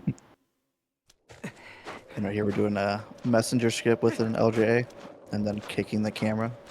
So take that. And sadly no spiritual journey today. Maybe another time.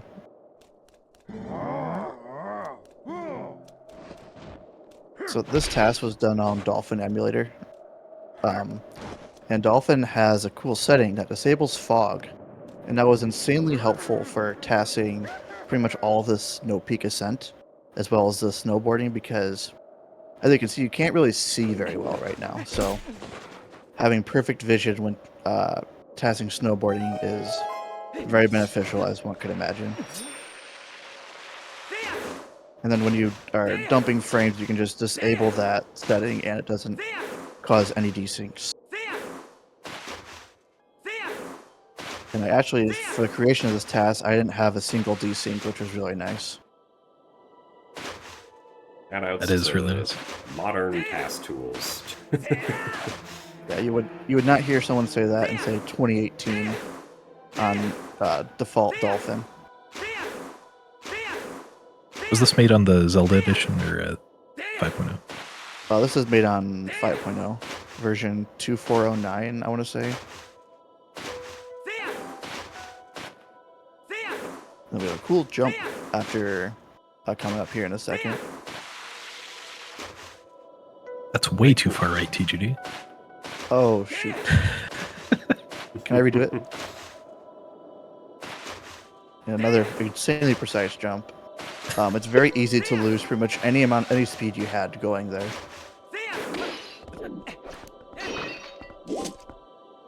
And then I need 3 hearts for damage routing reasons.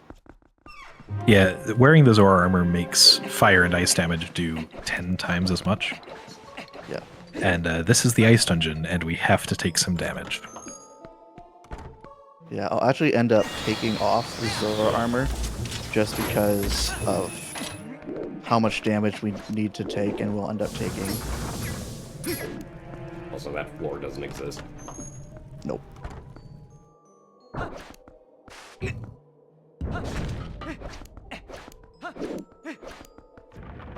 Somewhat new trick here, frame perfect drop from the ladder to make the freezer act like a normal freezer instead of the special one that sits on top of the ladder. I have to do it twice.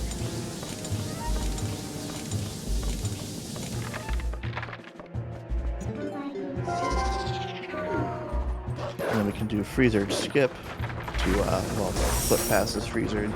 As an example where just getting past the door isn't enough. You have to physically open it in order to get to the next area, but fortunately we can open them from behind.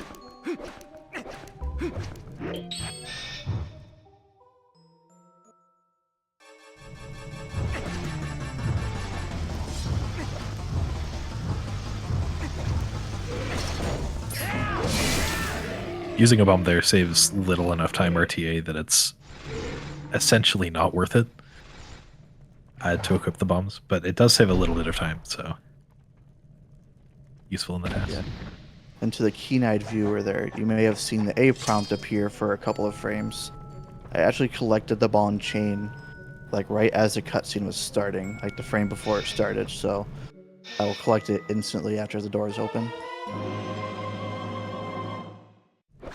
Now, unfortunately, the freezer does do 2.5 hearts of damage, so that would send us into game over if we didn't equip the Hero's Tunic there. That was... I spammed a lot of buttons. Like, pretty much every button was spammed, and that got a very fast ice break. Yeah, it's like A, B, L, and R, and the control sticks all matter in how quickly it does it, or something. Yeah, I just pressed every button, so I don't know which one ended up being a good one, but... And then that is our last rupee for our rupee routing, so I will not have to worry about money for the rest of the run.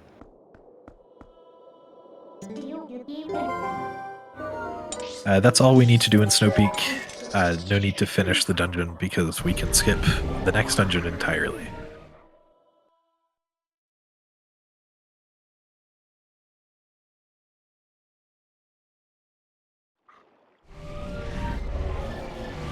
Oh yeah, Andy, it ended up being the same for ice, I found when tasking it. Using the other buttons to make a difference for...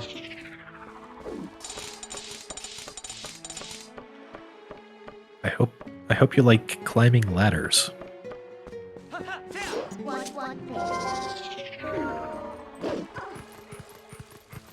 Climbing ladders is so much fun, especially in this game.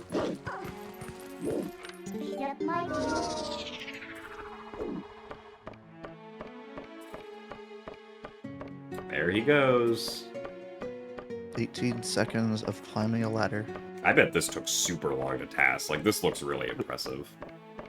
It was harder than the. It was even harder than the EMS fight or EMS puzzle, or the Master Sword puzzle rather. Oh yeah, I would imagine so. But excellent job. Don't think it was even possible to do it any faster than what you did, so I'm very impressed. Thank you. So I did try jumping off and pulling ball and chain to fall faster, but it ended up being slower in the end because Because of how you spent more time. Yeah. yeah, water movement being slow. Yeah, unfortunately.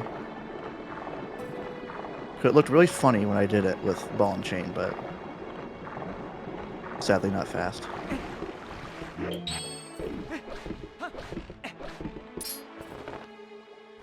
It's very rare to see damage routing matter in Twilight Princess. Most runs are able to save warp out of areas. We can't do that. So in a couple of places it's useful to death warp. We will do a death warp in Arbiter's grounds, so we'll need to drop a few hearts between here and there. Yeah. Pretty much every damage I take from this point on, and any hearts I collect are 100% intentional and had to be planned out before time, because we will take a lot of damage before the death warp, and it ends up being more than just the 3 hearts that we have, so I had to get a little bit creative with where I got health and when I got health.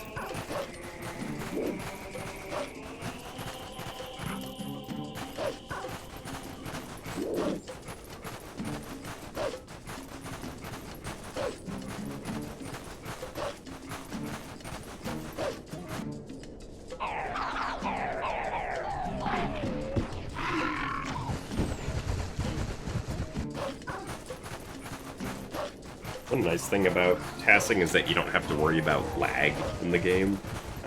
Normally in RTA runs, we pan the camera down here so that we would reduce lag in the desert, but not necessary in the TAS.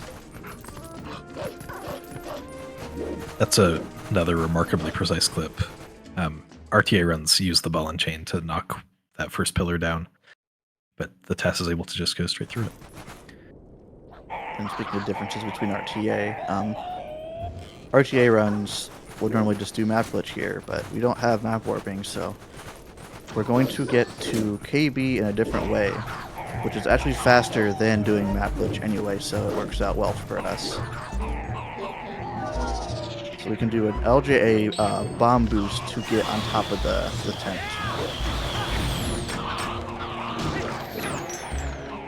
And since air triggers expand infinitely upwards and infinitely downwards, and that triggers air triggers, we just need to get close enough to it to where it triggers the KB fight.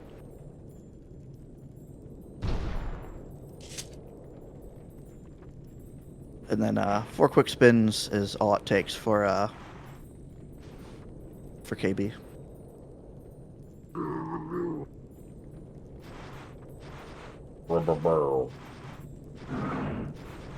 That's what he says. Couldn't have said it better myself.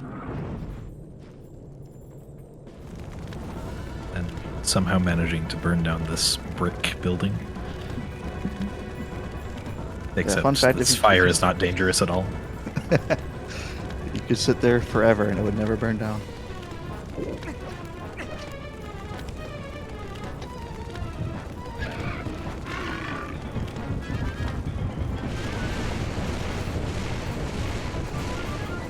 Not doing the bonk, unfortunately, because it saves or it loses a couple of frames.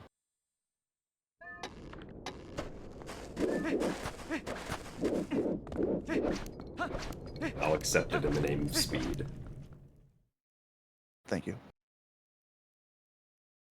Alright, now Arbiters. Arbiters is an extremely entertaining dungeon to watch in a TAS. And it was fun to TAS for the most part, but it was also like a very good challenge as well. It's a cool little LJA to start things off. Yeah, there are a couple of really cool tricks here in RTA that, well,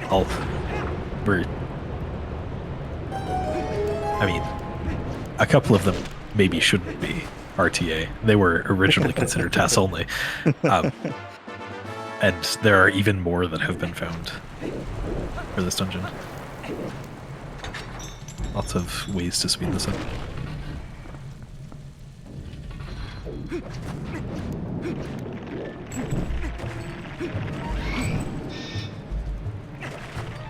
Yeah, so as I'm sure a lot of people likely know, it is possible to skip having to collect the pose here to open up the gate, but it takes very long to do that. So this run is not going to be doing a rupee slide through the gate to skip the pose. Unfortunately not. We have to go through the heartbreak that is pressing A and then flipping back out.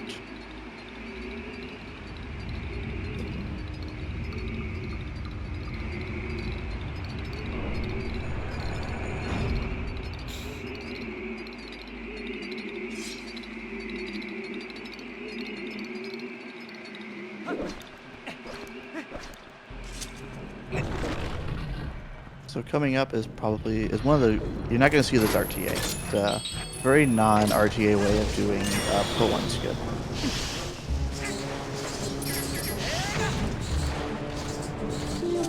So we do an ending blow bomb boost to get out here, and then we got to push this block for later. Did the Moldworms get in your way at all doing that? A lot of times, yeah. It took a very long time to get that. To do all this really took a very long time to do. Like, all the targets on the Moldorms was to try and target the correct one. Or was to try and target the bubble and not the Moldorms. It's incredible that that's even possible. Yeah, it isn't as insane as it looks.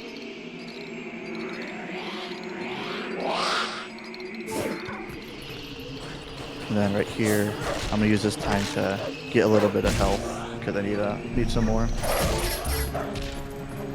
Very nice 2 hits on the Poe to skip the second cycle. And a nice sniff. Nice camera. Nice ripping out of the Poe soul again. You just gotta be sure, you know. I hate to miss it, and then you gotta sniff the Poe. Yeah, so normally the game only checks to see that you've gotten the second, third, and fourth pose for opening the gate, so we've skipped the first one, and thankfully you can sniff any of the 4 pose to get the pose sent. So in this case, it's faster to skip the first Poe, go to the fourth one by doing the Poe 1 skip technique, and then additional TAS parkour in this case. And then sniff the fourth Poe for the Poe scent, which is required for opening up that sand pile with the chain right there. Convenient place to transform while we're waiting for the cutscene to drop the stairs. Yeah, getting that bubble to hit me off took an annoying amount of time, but it's nothing in compared to this next room that you're going to see as far as RNG manip goes.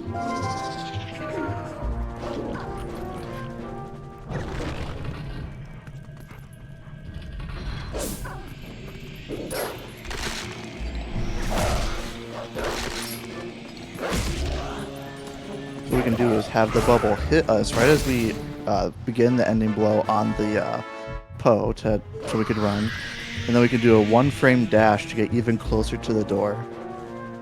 And then as this cutscene is happening, the bubbles are pushing us even closer. So we're basically right next to it after the whole thing is done.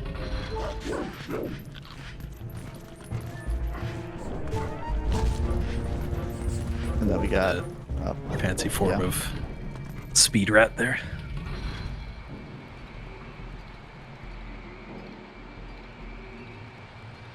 Yeah, it would probably take like a week to get Poe 2 RNG done. It took a long time, but it was one of the less painful ones to do, just because it's very obvious when you're making progress with it, or like when something happens.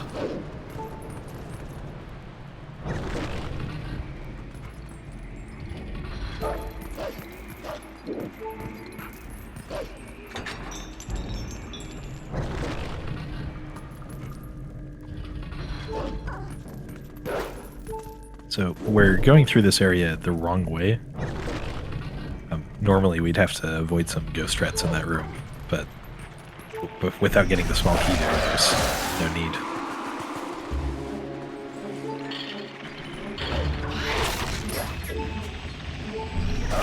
So I took a half heart of damage on purpose there, and then collected one so that I was at 1.5 hearts. So that all that damage was routed intentionally like that. Yeah, we'll need to be at about half a heart or a quarter of a heart when we get to Death's Sword. So there are a couple more places where damage is optimal.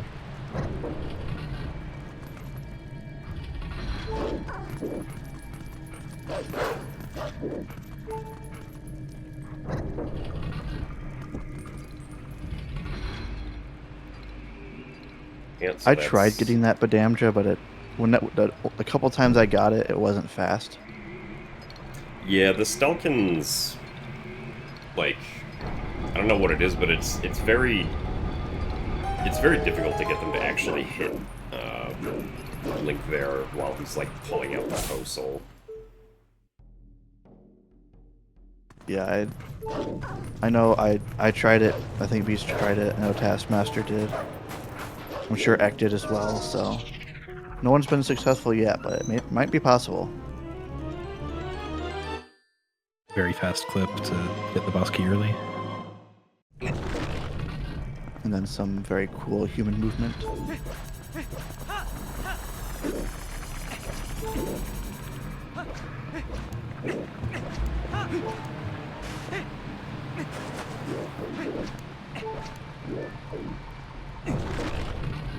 Guessing you're gonna go just for a single break slide here to get across the sand. Sure am.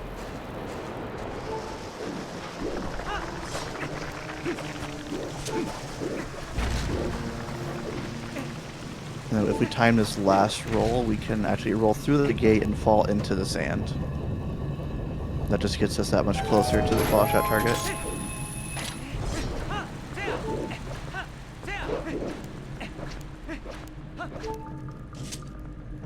And with Death's Sword, you're actually going to see, with a strat that Beast was testing with the glitchless task, but wasn't fast enough for his bomb count. But since I have infinite bombs, basically, it's fast. So at the start of this fight, I'm going to throw a bomb and then transform into Wolf. And I'm actually going to use the bomb to deal some damage to Death's Sword. And that ended up saving, I think that saved 9 frames over the glitchless task.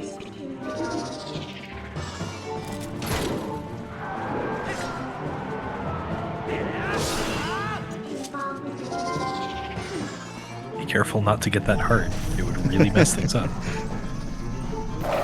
I made sure to really pawn the heart.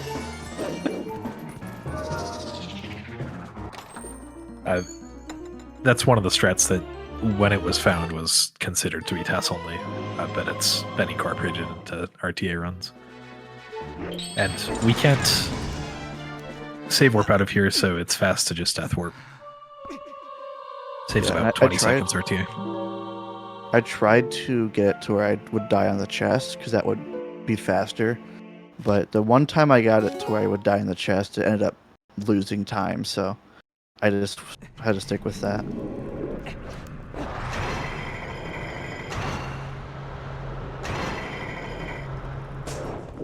And again, since we can't save warp, we just have to walk all the way through this rune normally. But it's pretty entertaining to watch, just because it's pretty smooth movement, but nothing too crazy. I don't know that most people would say this is the normal way through the room. Especially just doing a roll there. True. To get onto that much. Yeah.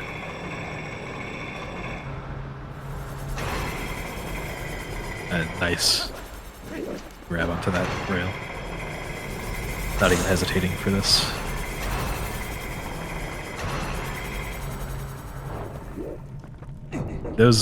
That last spinner rail can really ruin your day. The spinner enemies are on different cycles, so it's hard to figure out exactly when to go. The weird thing about getting on that last spinner rail before getting to the socket, I made sure to angle myself more left before getting on because your angle locks as soon as you get on the spinner. So if I would try to do that one frame roll without changing my angle prior to getting on the ledge, I would have not gone in the direction I wanted to. LJA, they're a little bit faster than the normal spinner movement. Yep, and then we'll see Rachel's special after we raise this section.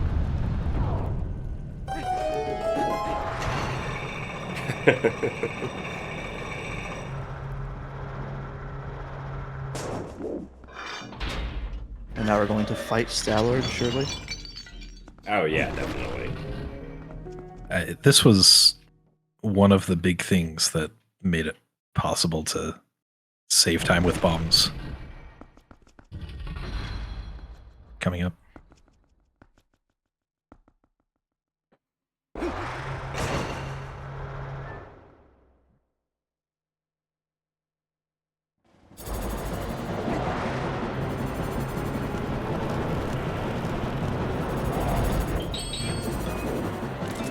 Yeah, so we're not gonna fight Stallard. Instead, we're gonna yoink this guy over here and use him to clip out of bounds. So, bye-bye. That is way faster than we do RTA. That's getting the angles instantly is very impressive. Yeah, And so coming up here is going to be a really cool strat with a bomb. If you look at, and you can see in the left-hand side there will be like the cam, so you can actually see the bomb and also the shadow beast that is the bomb is eventually going to kill.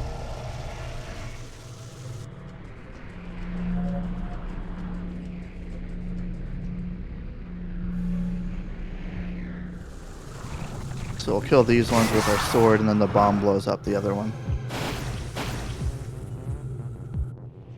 Now, one of the reasons I looked into this bomb route originally was because Japanese just can't warp away here.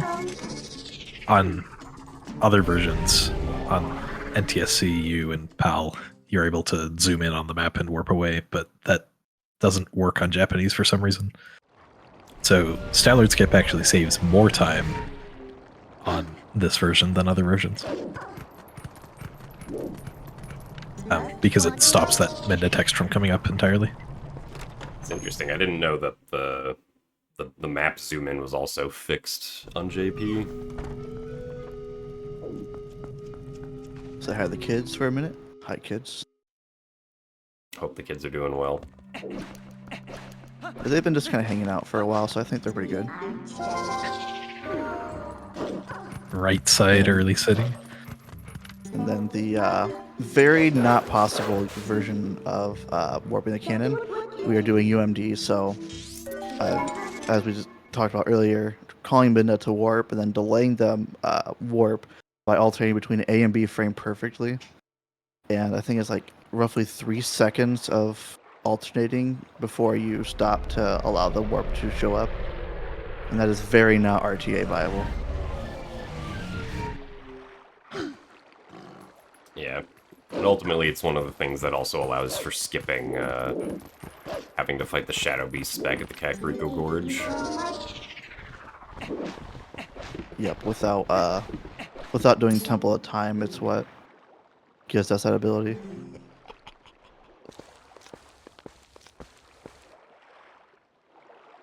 And we're going to give him 300 rupees to fix the cannon. This is the only thing we need rupees for in this run, which is quite nice. Unless you're playing on French, then you don't need any rupees. Yeah. But it's not faster, unfortunately. Yeah.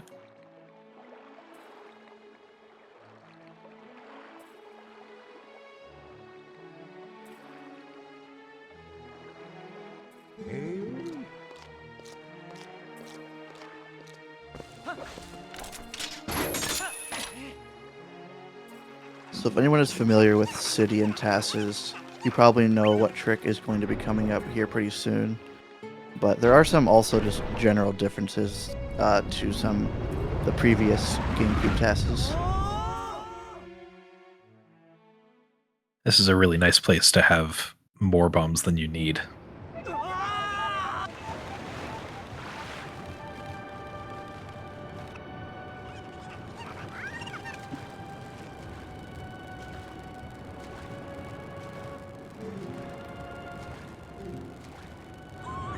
Love the Uku's reaction just being question mark exclamation point there on Japanese.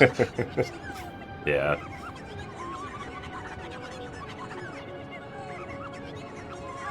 Yeah, I guess eek is not directly translatable between languages.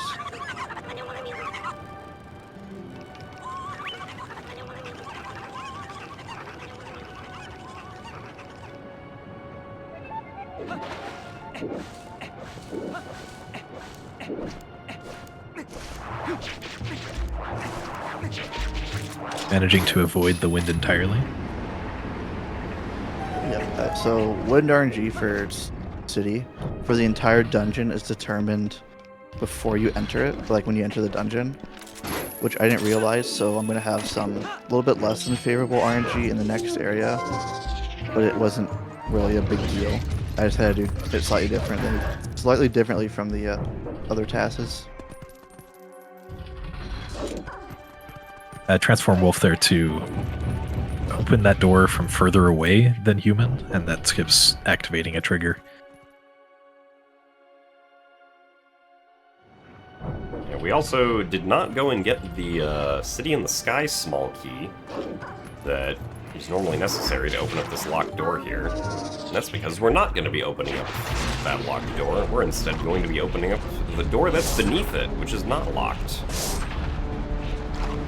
And using this Baba to give me a heart because I need a heart. So that was annoying to manipulate. Baba was But it really was trying its necessary. best. Yeah, so the wind blew here, but it didn't end up being that big of a deal.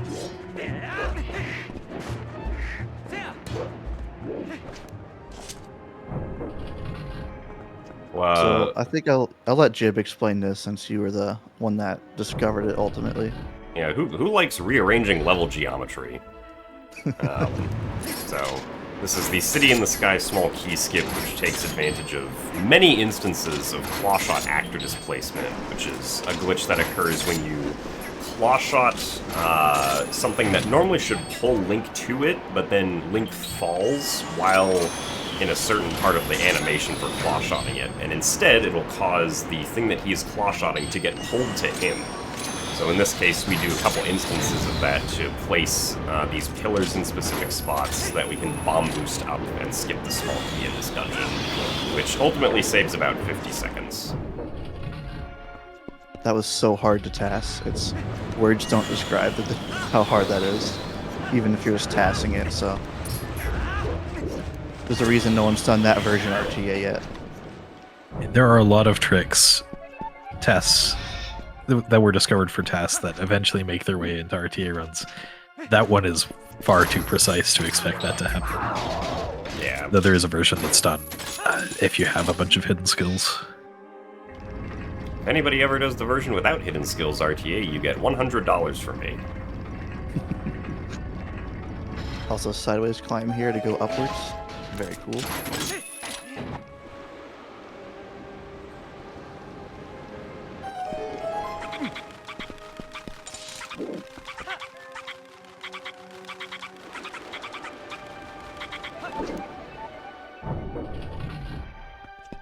Perfect timing to land right on the edge of that platform. And having to wait a little bit for this fan. Nice.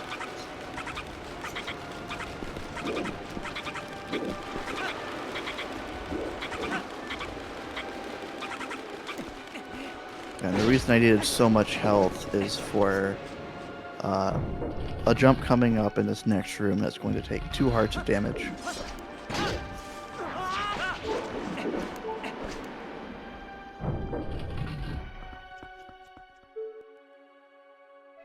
now we're gonna fight the Aralphos. Yeah, Yes. pretty cool fight. Pretty involved. I hope you don't die. That would be unfortunate. I improved over the glitchless TAS, even if you can believe that. It's a lot faster.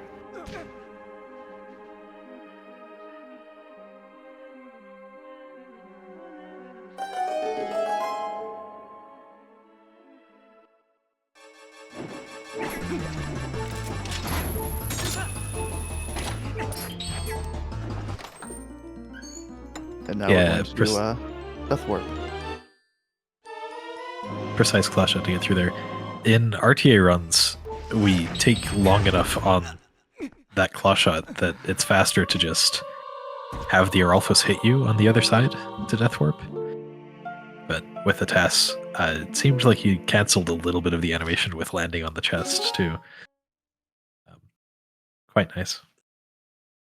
Yeah, I thought I tried to do in Goron Mines, not Goron Mines, wow, in Arbiters, but I couldn't get it. Goron Mines Pog. So, who remembers this part of the dungeon? I do. This is I saw it a lot, actually. part of the dungeon that exists.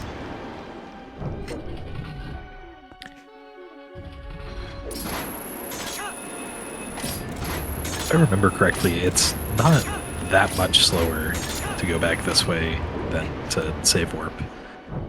But it is a little bit, so it's definitely worth it to save warp in categories that we can.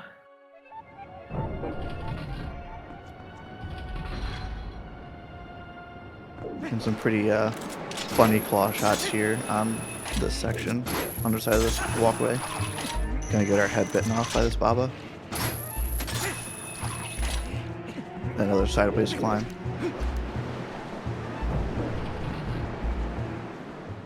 Double hand And then, grab of as course, well. getting all the 200 grabs. Yeah, those are just RNG.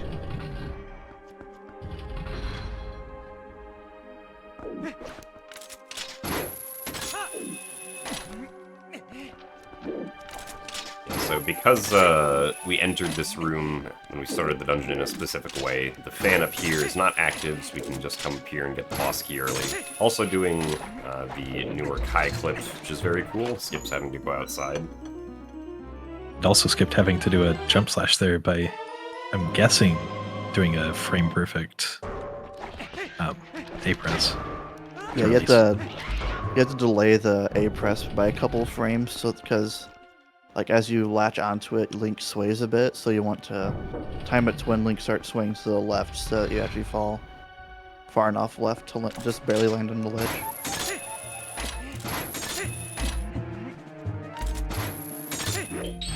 And then fan skip. A very cool double LJA here.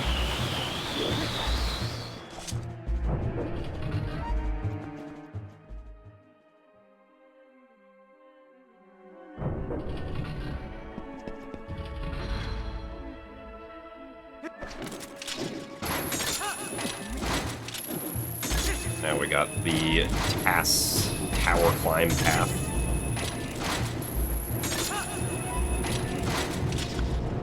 Yeah, all these claw shots are in very specific spots on the fan.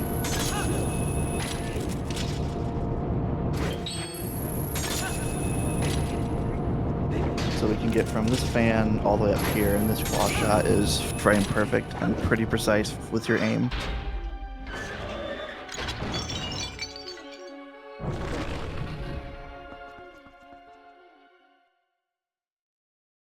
Then after this we have Rob Shot, which is a claw shot all the way up to the top of the vines. And one thing I'm a little bit bummed about is I know it's possible to get a double hand ledge grab at the top. But no matter what I did, I could not get to grab the top ledge, no matter what I did, so that's what we ended up with.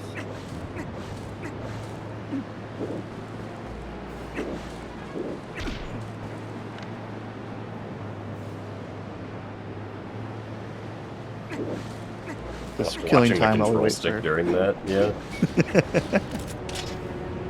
We have time to kill while while Argarok flies around, so we can just kill some time.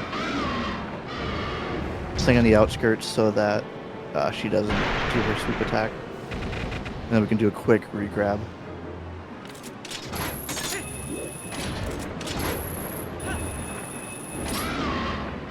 And then making sure not to cool game.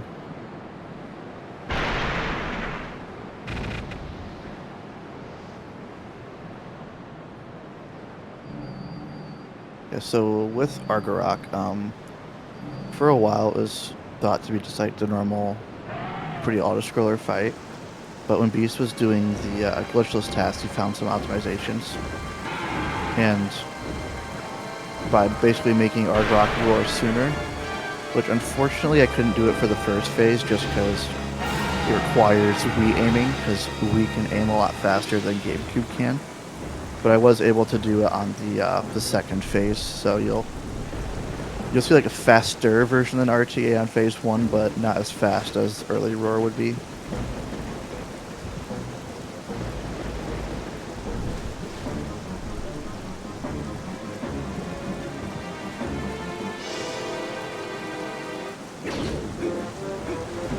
Avoiding out to reset the fight.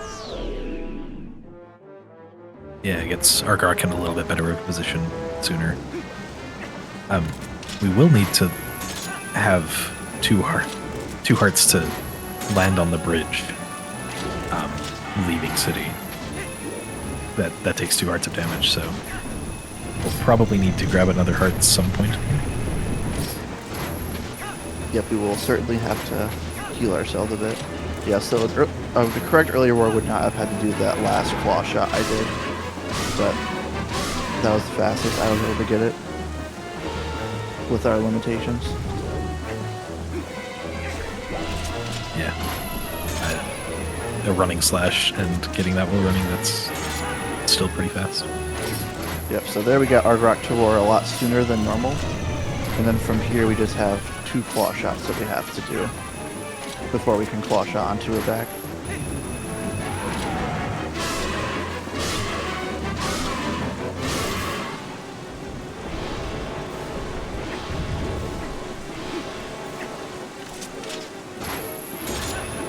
I believe if you get hit by Argarok's flames here with the Zor armor on, it deals like 20 hearts of damage.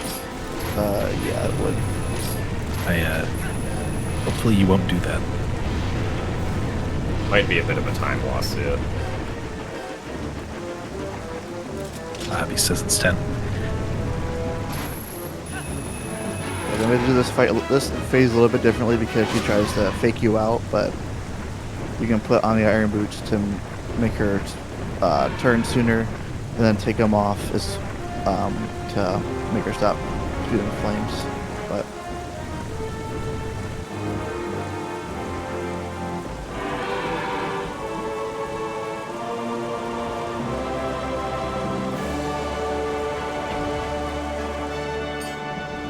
thankfully did not get the that weird Argarok crash where she just kind of disappears from existence.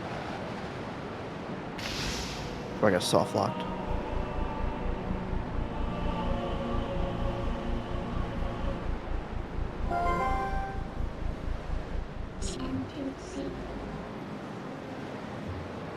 Just 2 dungeons left. Yeah, so next up is Palace of Twilight. Thankfully for the speedrun, Palace of Twilight, despite in the lore requiring the entire Mirror of Twilight to access in practice, only requires the City in the Sky Mirror Shard, because that's just the only one that it checks for, so it means that we don't have to beat Snow Peak Ruins or Temple of Time to get to the Palace of Twilight.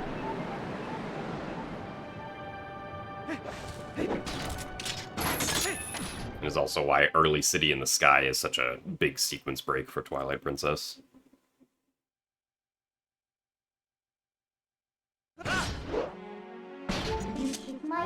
Mashing B to do a jump attack, or a jump slash there to land on the bridge, and not clinking, saving just a little bit extra time.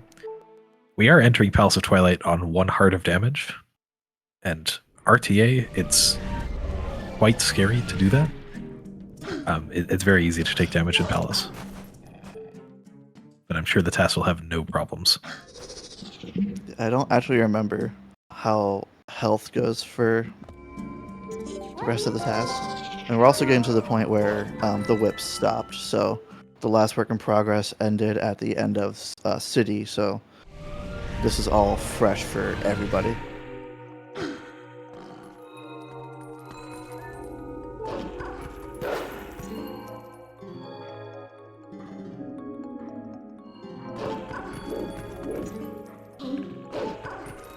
Unfortunately, we don't have any massive sequence breaks in this dungeon.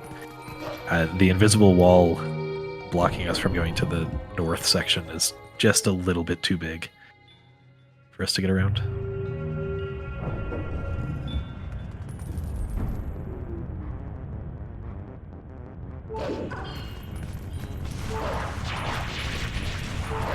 So I'm pretty sure the TAS will be getting all 7 small keys in this dungeon.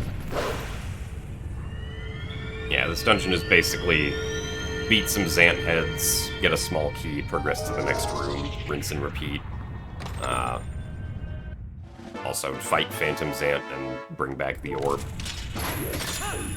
Yeah, it's just trying to kill enemies as fast as possible to progress to the next room, basically. You can do some really cool strats with it, so it's not like boring by any means.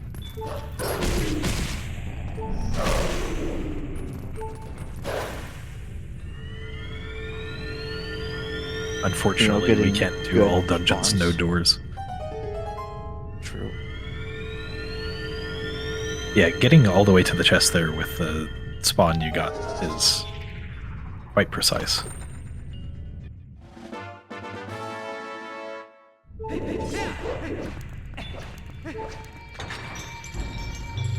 And this is one of my biggest bummers about Palace. I tried so hard to get the center spawn on this Zant head, but with just the way this wing works, there's not a whole lot that calls RNG. So there's not a whole lot you can do to manip RNG. So all you can really do is redo the first room and then redo the rest of it over again to try and manip it. But I got it still pretty quickly with one cycle that will do, but slight unfortunate side effect of just the way that this works.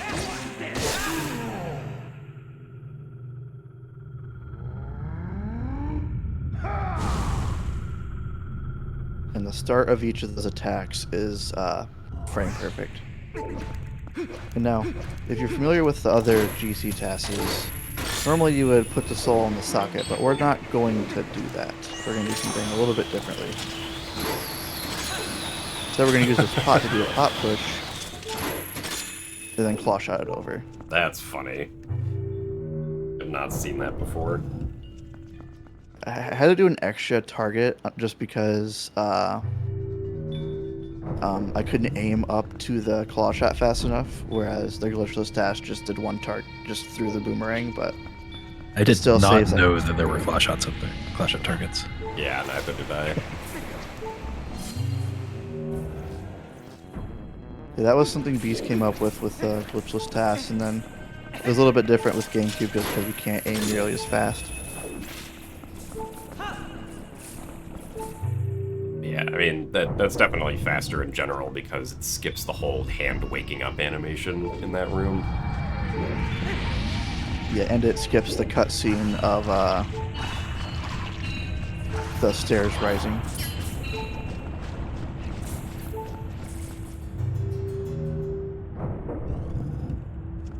And then, of course, we don't want to get hit by any Squeebles or Babas going up because that would be slow. Yeah, any hit will drop the soul.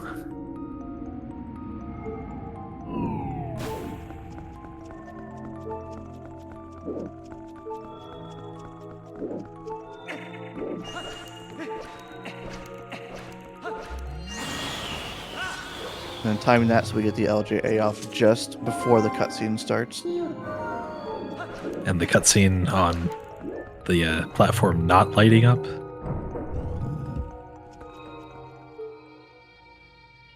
Yep. Very good cutscene. This room is very cool. RTA is stupid. We call this it's pretty well known as stupid room, but in a TAS it's very entertaining to watch. You can do a little LJ here. And all that does is just gets us over there sooner so that the Zant head can spawn sooner. And we can just barely make it to this platform.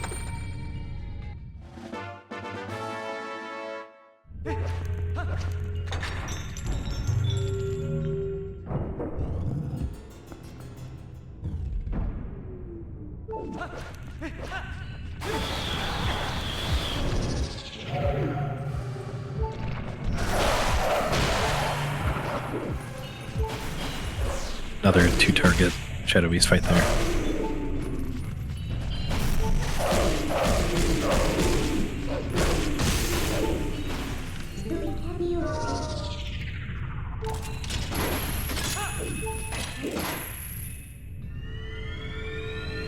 Not quite able to get...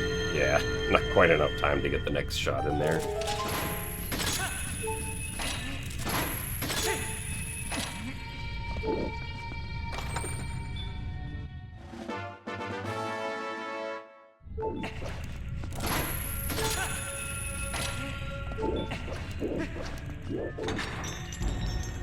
There are several ways to get to the door after the small key, and turns out just claw shotting is the fastest way.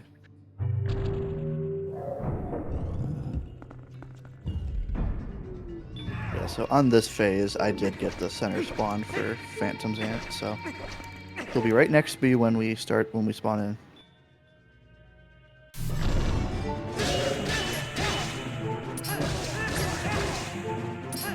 Yeah, also, this one cycle that's being done right here isn't really RTA viable because each of those, I believe it's the start of each of those combos has to be done frame perfectly. Yeah. A couple of runners have done it RTA. I don't know if anyone's done it in a run, though. I know relatively recently, Cass was getting like double hits on Phantom's Ant, and then that turned into people trying to do the TAS strat RTA, and there were some successes, but I don't think anyone got to be like consistent with it yet.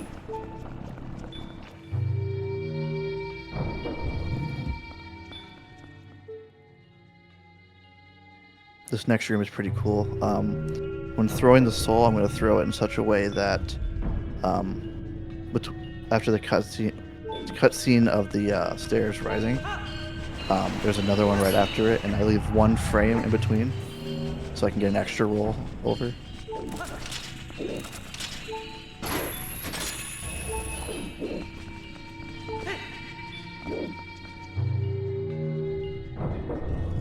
That's a room that's pretty hard to speed up, so that's really cool to see, actually.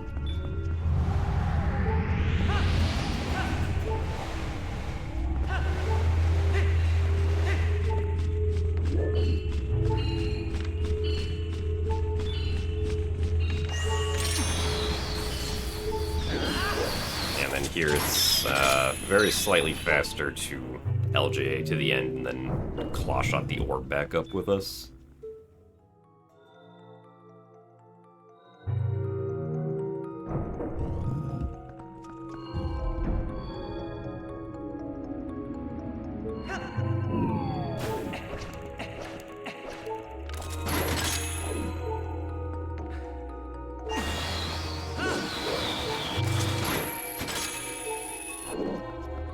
And it's actually slow to void out, so you can just roll stab this guy over here.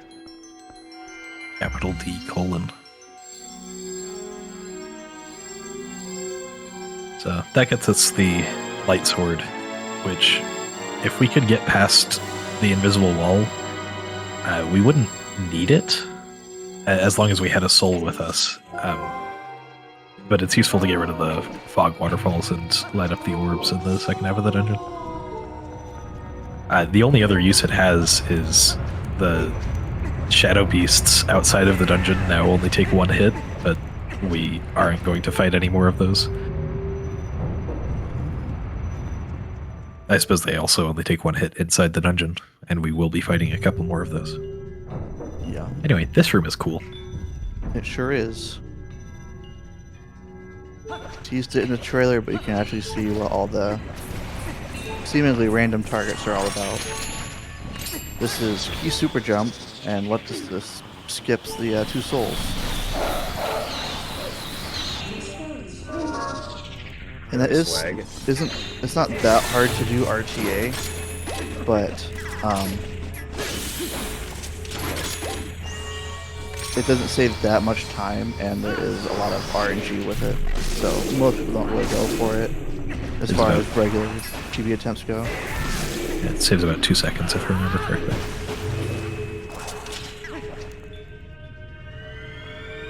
Was that claw shot just to change the angle of the brake slide? Yeah, it was just a turn and face the chest. Huh. It doesn't waste time opening the chest, so it was a funny way to change my angle.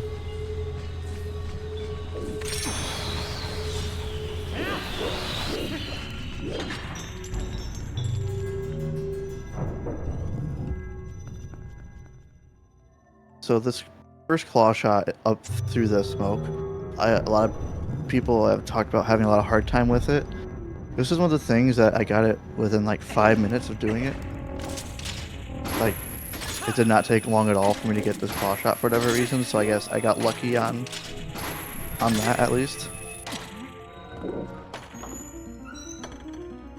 But it's still it is a pretty precise claw shot nonetheless.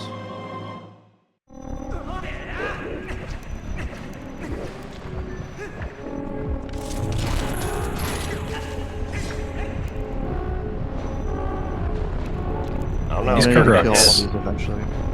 These Kargroks can only hit you while the platform's rising, and then right when the platform turns.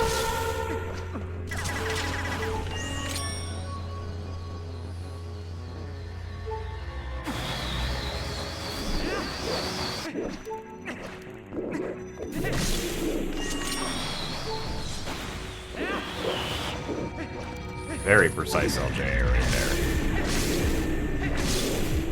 Yeah, LGAs only work when the boomerang is over a void or over ground that is higher than you.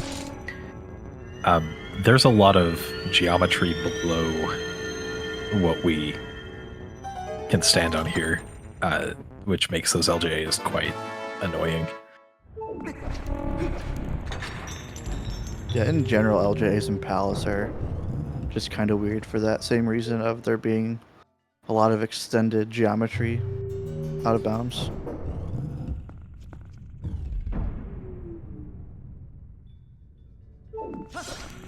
We got early platform room, which will be done slightly differently than how we do RTA. We'll be trying to make a slightly different cycle.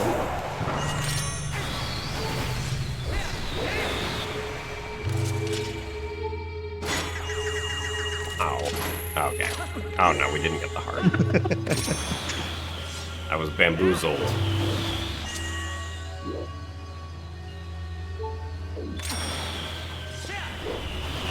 Oh, is that Maybe a little bit storage? of target storage. Yeah.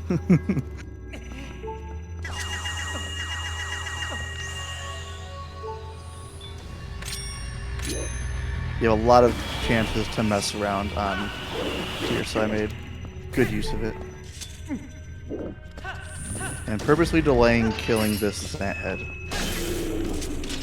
so that I still make the platform cycle, but I make it in time that I can kill this Zant head before it teleports away. Ah, I see. That's pretty smart.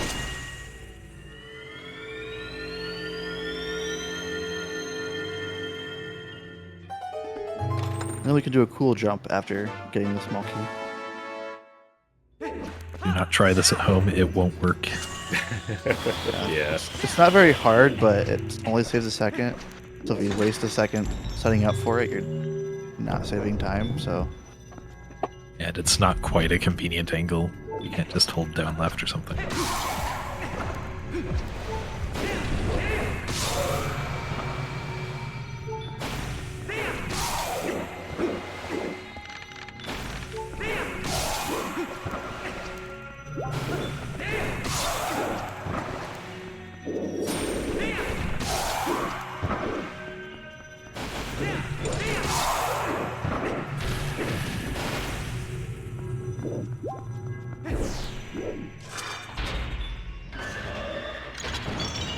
main part of Palestine. On to Zant.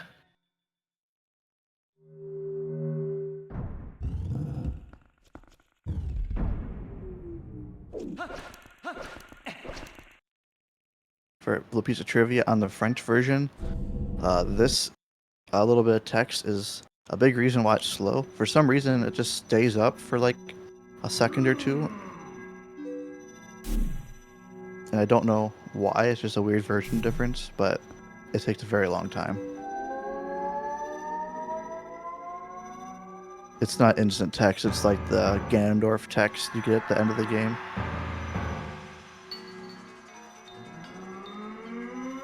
But on first phase, we can actually do a one cycle.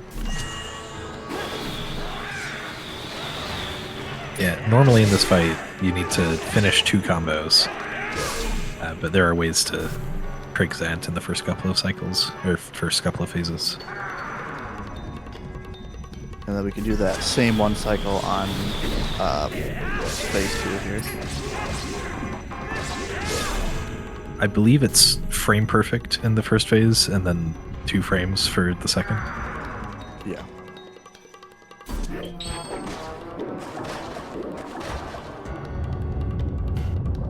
The fish shoot dance. Yeah, this phase involves a lot of waiting. And getting off to the side so that we can get a little bit closer for the claw shot.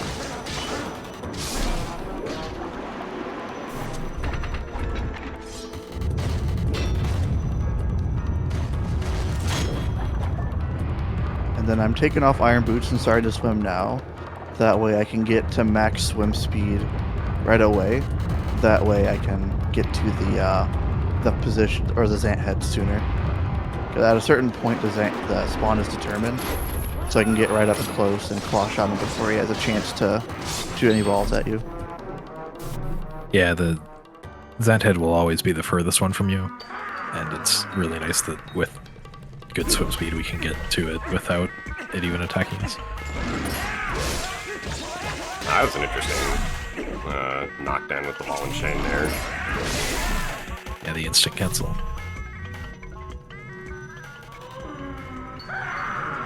Of course, the only required use of the ball and chain in the run is for this phase of Zant. This phase was so not fun to TAS. Dealing with ice physics, RTA is already not fun. Dealing with it in a TAS is just annoying. But timing it to hit it at like the last hit of the attack, because he's invulnerable for a certain amount of time.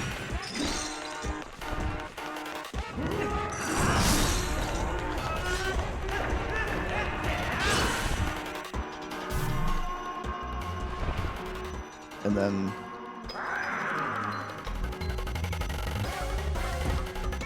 this last phase is insanely quick. It's only a few seconds long, so blink and you'll miss it.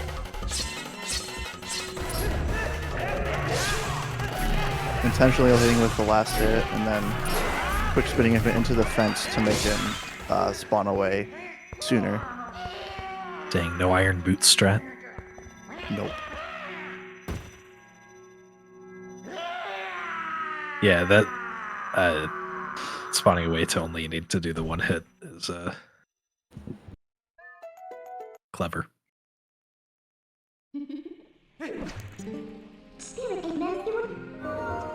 Done with Palace at Now all that's 220. left is all that's left is Hyrule Castle and the final boss. So we will make our way over there. And something I'm really bummed about is the fact that this is no save and quit. It's a cool category and all, and I enjoy the tasks, but there was a new way of doing, or there was a way of doing mid-text, or the squid in a cutscene skip that was discovered that uses a trick known as IWD, or item wheel delay. Same premise as UMD, but with the item wheel. And it basically just allows you to delay the item wheel pull, and then you can save warp pretty much whenever. So you would do IWD from Isa all the way to the Squidna cutscene, and then once you're in it, you would save warp out, and it would save, I think it saved 25 seconds, timed it out to be. But I can't save warp, so I couldn't do it in this task, which was a slight bummer, but when the new 80% TAS is done, it will be in that one. So you have that to look forward to. I believe we could also skip it by dying on the frame we enter the cutscene, but there's no way to do that. Unfortunately, we can't pull bombs in Castletown. Yeah. Guards will get angry for some reason. I can't imagine why. I think the only item you can pull out in Castletown that we have is the lantern. Yeah, I think that's true. Which means it's bonk and cutscene for us. Yeah, so it's like a 2.5 minute cutscene or something. It's very long. It's the longest unskippable cutscene without inputs in the run, so it's a good bathroom break if you need to go before the end of the run. Or to get up and stretch your legs or whatever you want to do in 2.5 minutes. I'm glad Zant went and got the few shadows from Forest Temple and Goron Mines for us. That was pretty he's a nice of guy him, like yeah. that.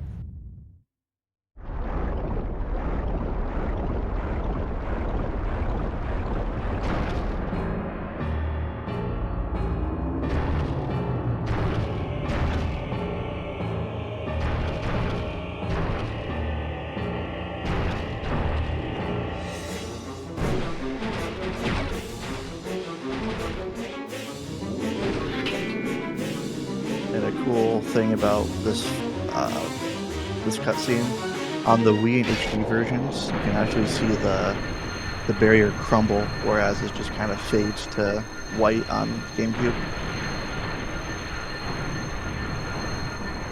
With some cool lens flares.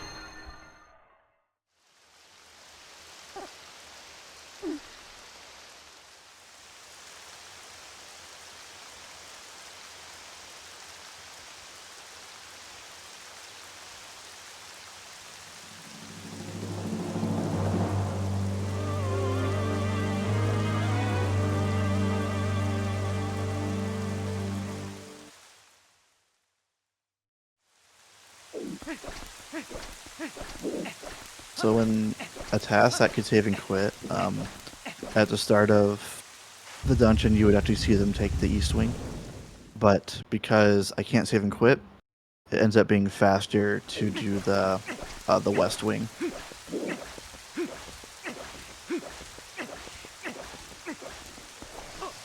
$17 bombs left, and this will be one of the, let's say, 4 optimal uses in Hyrule Castle.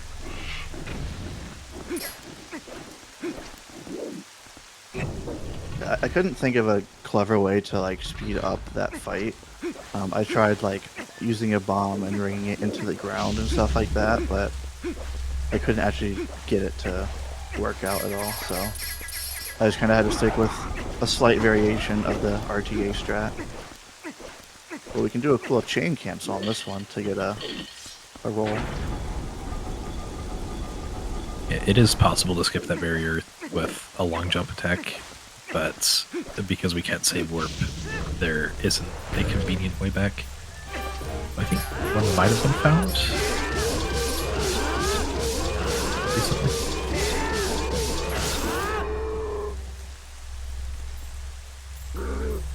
Anyway, I also King Bulldog tried fight. Yeah. I think Beast had like I was asking for ideas on it, and yeah, death warping was a few seconds slow to Beast, but I did time that out and it was slow, unfortunately. Prince had an idea to death warp during the one frame back, like the one frame you have control of Link after this text, but it was slow. Yeah, I mean, the save warp here already doesn't, at least on this side of the courtyard, doesn't save a whole lot of time as it is already, so...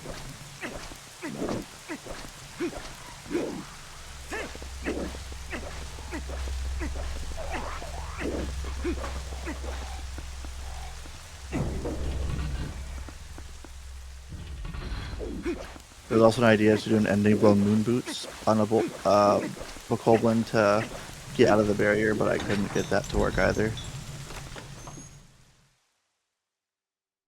I don't know if I've ever seen that on that barrier. I've definitely seen it on this inside one, though, which we're going to completely skip with a side hop.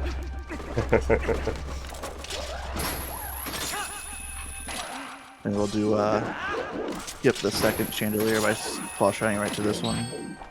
It's RTA viable, but it's precise, so you really only see it in like rando or something.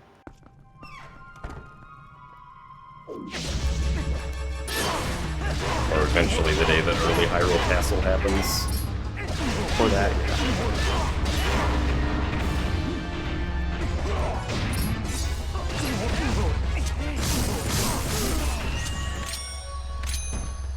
yeah. A bunch of seemingly random targets, but what this is going to do is basically, right as the cutscene ends, it's going to put out that lantern, which raises this last step.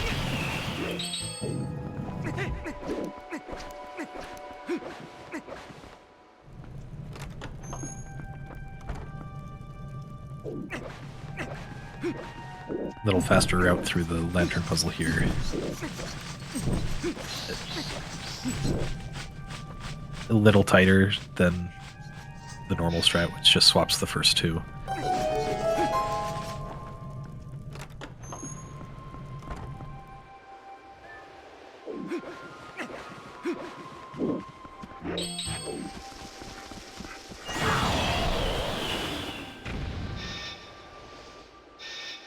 So for this Aerophos fight on the outside, the glitchless TAS did a weird thing.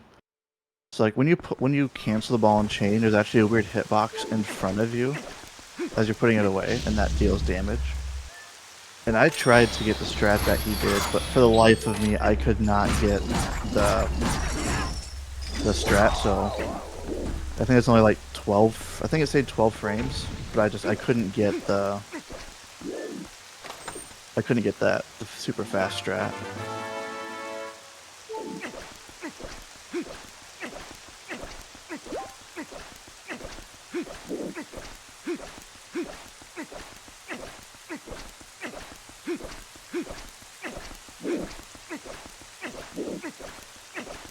Time for one more unskippable cutscene.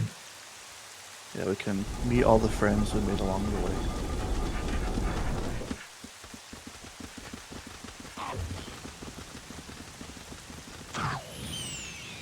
Good thing they take out these Boblins for us, because we don't have the bow, so... And if that fire arrow had hit Link, it would have been at 10 times damage because of the Zora armor. So, good thing they stopped that one too. Yeah, I don't have a shield, so there's no way of blocking it.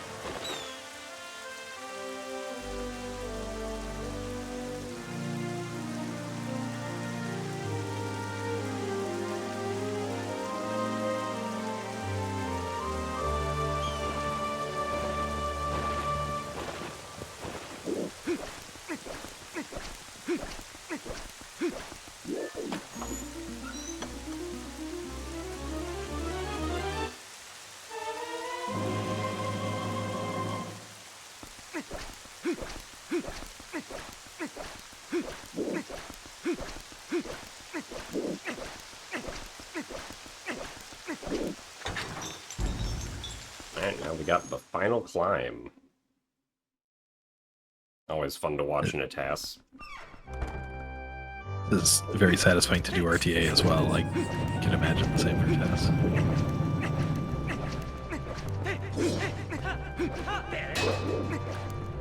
Nice clank.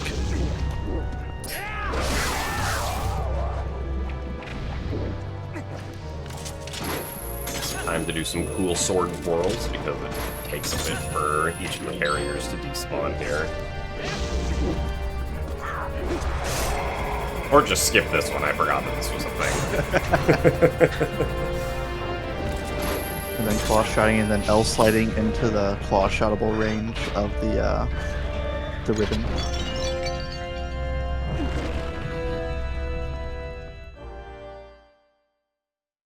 Just the final fight left. Alright, hopefully Zelda's nice. We don't get Hopefully. 15 cycles. Yeah, so the Zelda's first phase is determined as you enter it, so that weird camera angle is just RNG manip.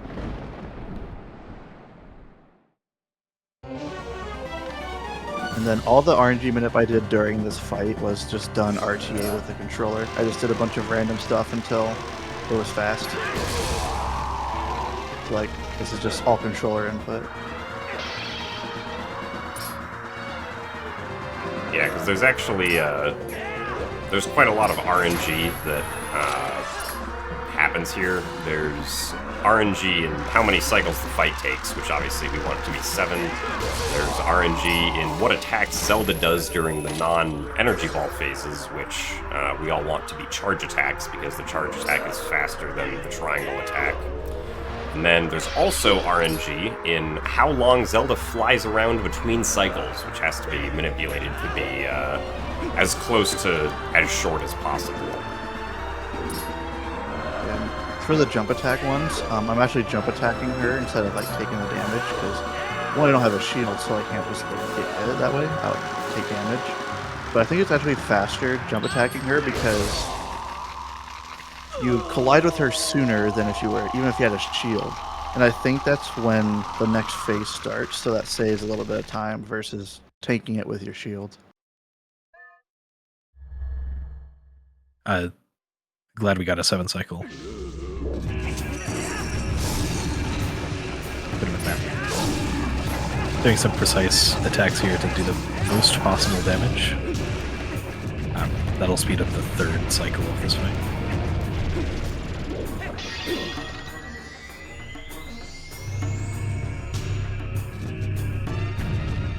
No, so Zelda can't just fly around infinitely. Basically, unlike other fights in the game actually chooses a specific number of cycles that Zelda's going to fly around before she shoots the next energy ball, instead of it just being like a chance that's rolled once every cycle to determine what happens.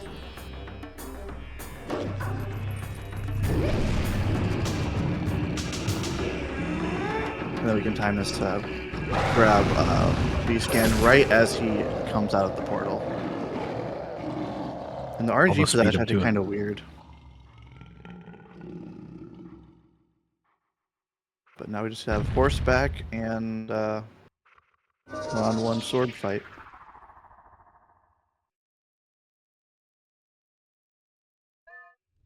And horseback is pretty cool in a TAS.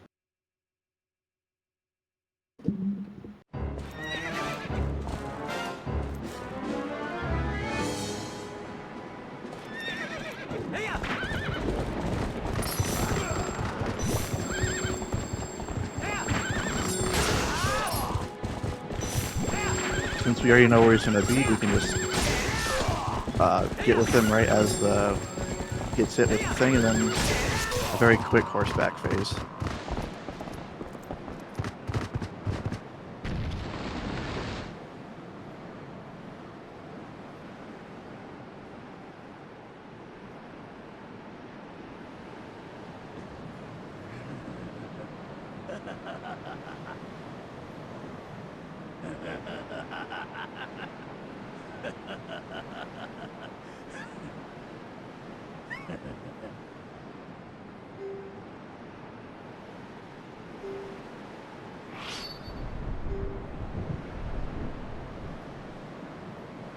Final phase of the fight is fairly simple. Just need to get Ganon to kick and do an auto spin times. And then hope that we remembered to get ending blow. There's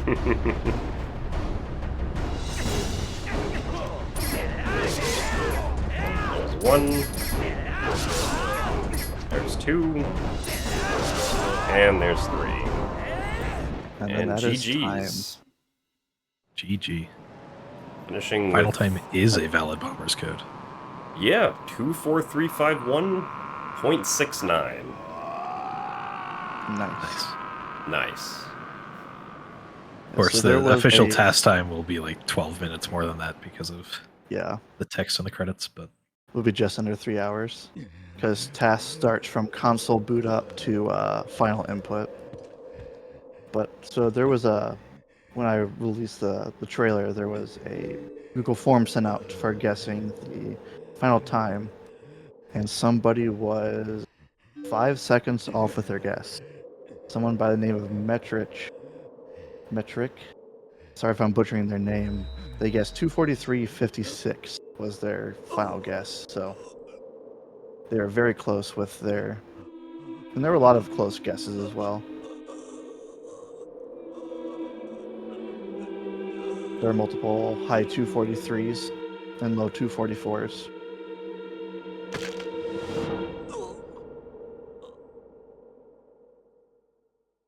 Yeah, so how do you feel now, having completed and revealed the TAS TGD? I kind of miss not having the task to work on, because that was what it was what a lot of I spent a lot of time on it. So like it was done in 7 months, but which like if you compare it to other tasks, it's like relatively quick, but that was pretty much what consumed a lot of my time. So not having the task to work on is kind of weird, but it's going to give me more time to actually start running RTA again here pretty soon. Been de-resting and practicing Hundo, so I want to start speedrunning RTA again, because I haven't really ran the past half a year, 8 months or so. Yeah, tassing does take an incredible amount of time and effort, so, GG's once again. You think or do you think you might end up throwing your hat back in the ring for another task in the future, or do you think this is it? Oh, I'll definitely task more. But there's a few extended categories that seem kind of fun. I thought about doing any percent new game plus any percent. Could be pretty cool with having all the hidden skills and everything. It'd probably be a bit before I do a full game category, or like a normal full game category, but I'd be lying if the thought of Hundo Plus, if a Hundo Plus task did not cross my mind at some point. Oh boy. That would be it. That would be quite something. What are the extra things that you have to get in Hundo Plus? Anna's the expert, so I'll let him explain that one. The biggest thing is you need to open all the chests. Okay. But there's also, you have to do all the fishing, you have to save Giovanni after getting all of the pose, you have to finish Cave of Ordeals, complete the map, and a couple other requirements that I'm forgetting at the time. It's a fun category. It's about 2.5 hours longer than Hundo. That definitely sounds like it would be difficult to TAS, just because I assume it doesn't count if Link puts the rupee back into the chest. No. Yeah, that category ends up getting the magic armor really early so that you can waste rupees. Right, that makes sense.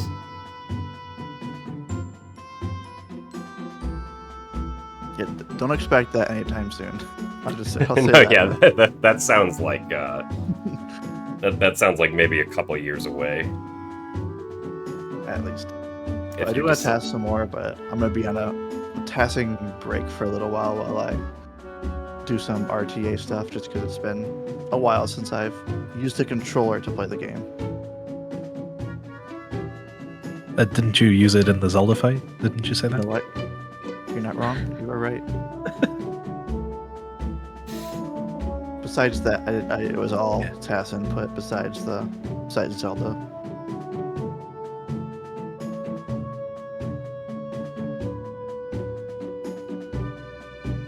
But I guess if anyone has any general questions that we may not have seen during the run, or may not have gotten to, or just general questions, feel free to ask away. These credits are about 16 minutes long, so we have time. Yeah, we still have about 11 minutes left on the video file.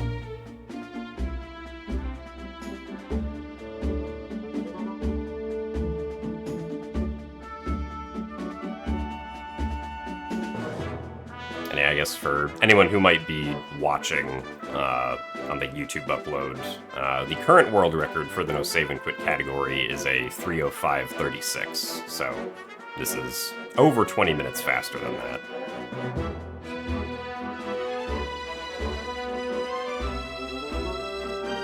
Yeah, when I set up making the tasks, I didn't have like a big goal time. My main goal was just to beat the RTA 80% world record, and I guess that ended up not being very close to it because I didn't realize how fast the end game was for the task until actually doing it and then seeing the final time. It's probably possible to get it down to 302 or 303 RTA, but Yeah. sub 3 is just a little out of the question. And question from chat: which section of the run had the most re-records? If you remember. The first, if we're counting when I first started, the first like 4 or 5 minutes had a lot, like just because I was so new to tassing and redid a lot of sections. Let's see. So the keys LJ and Elden Twilight took a while, but wasn't a lot of re-records just because I had to put a lot of time into it every day because it's soul draining manipulating the same RNG over and over again. So it's probably either pull one skip or probably small key skip probably takes the cake for that one. Just because I spent probably 40 hours in total tassing just that trick, and there are a lot of inputs going into it, and each one of them was basically frame perfect, so I had to probably small key skip. Yeah, that makes sense. Small key skip. I remember when I tasked small key skip like 7 years ago. It was basically like an entire day activity. Yeah, that was after I'd figured out how to do it. I spent a lot of time. I was asking Ek, Taskmaster, Jim, asking in this Discord just questions about it because there were a couple small things that did not want to cooperate, but ended up figuring out in the end, and I'm glad I did because it's a very cool trick to watch done.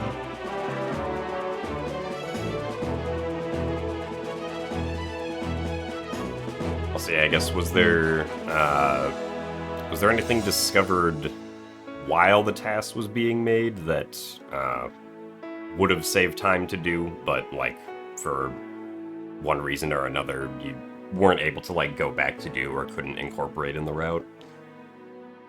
I can't think of a specific trick off the top of my mind, but there are a few uses of UMD that I just wasn't thinking about that would have saved a few seconds. There was that one that I talked about after getting Zora armor. You could also do UMD after the Zora's domain warp portal. You can do UMD there to save some time. But I don't think there was like a major trick that was found that would have saved that would have been like game changing. Yeah, I don't remember anything particularly like significant being found over the past like I guess 8 to 9-ish months that would have Yes, it's starting it. That would have been like significant for no save and quit.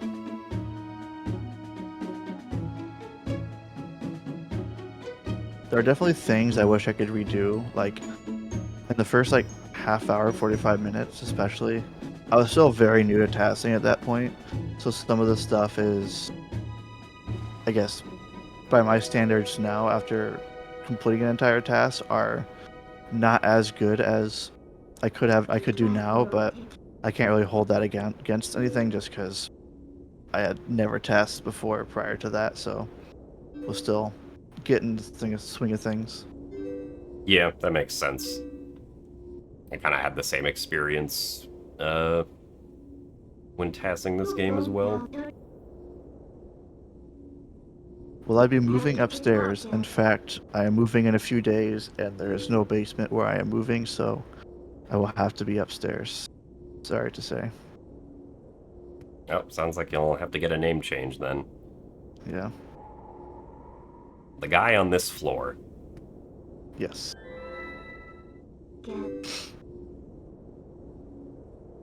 But overall, the TAS was a fun project. I started it basically like it was the glitchless TAS that I was inspired by like all the previous TASs, but watching the glitchless TAS and then just like how things were like just generally in life at the time, I had a lot of free time, so I'm like, you know what?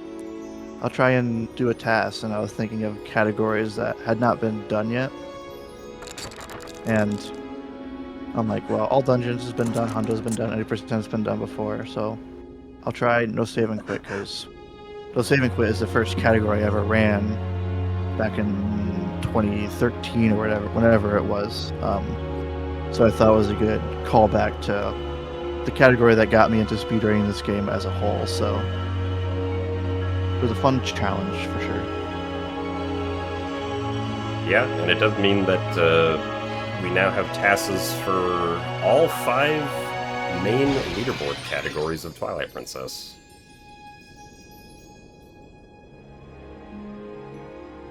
Which is, are there? I'm sure OOT has that as well, but that's pretty rare for a lot of games, especially ones this long. Yeah. And especially for just like GameCube games in general, I would imagine.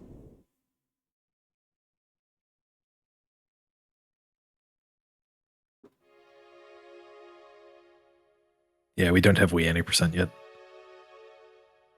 Also, I'll go for it. Gonna correct something I said earlier.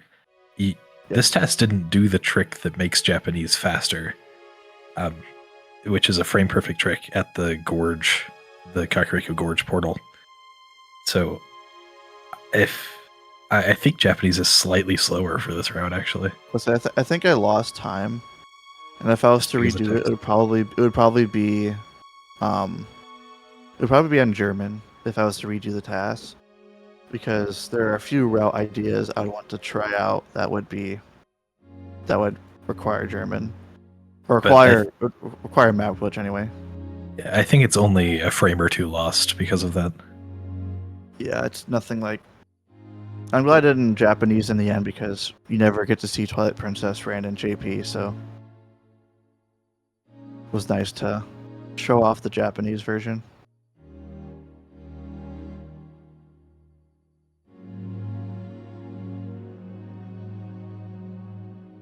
Well, just if anyone ever like is interested in tassing this game,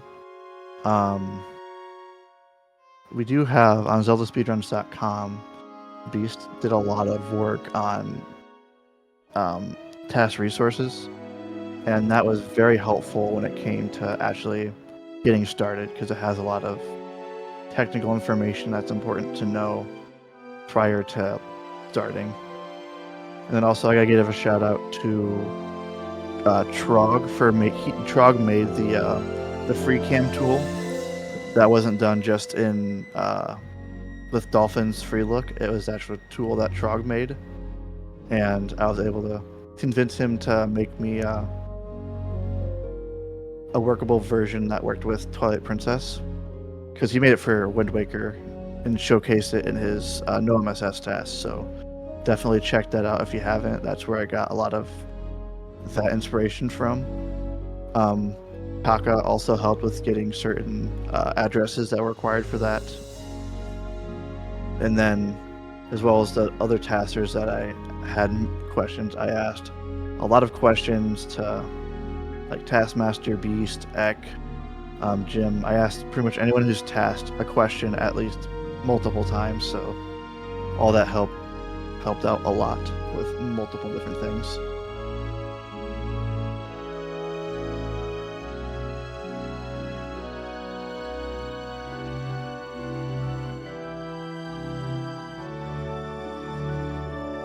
Yeah, now you can take up the mantle and answer other people's task questions. True.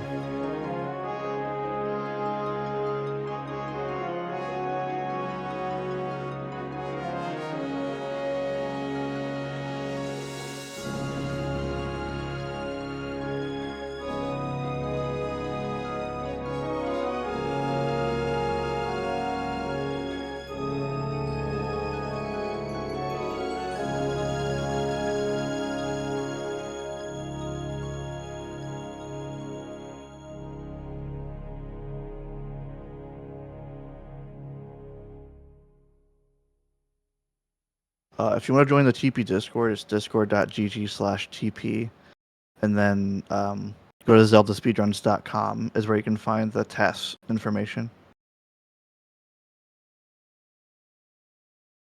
Yeah, and that is pretty much the end of the video file right there.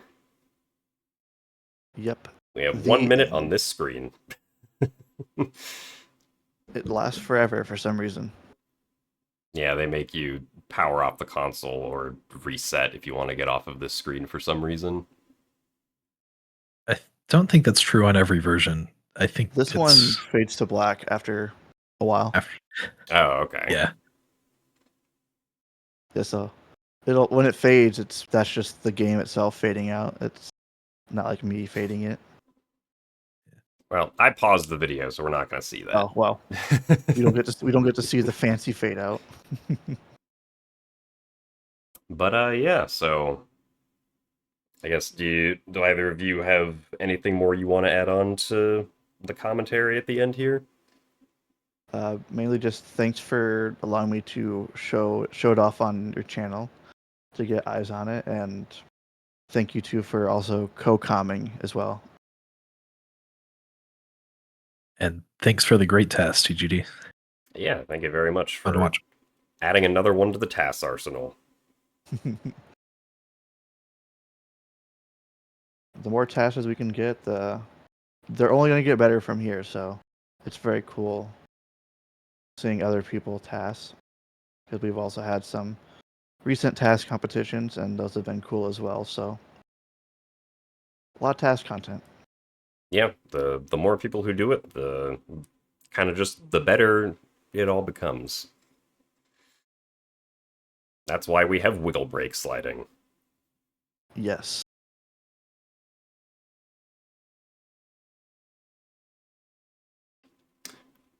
But yeah, so I guess if that's going to be it, thank you guys all for coming out and watching today. The amazing Twilight Princess No Saving Quit TAS by TGD. Hope that you guys all have a wonderful rest of your day, and we will see you guys later. Goodbye.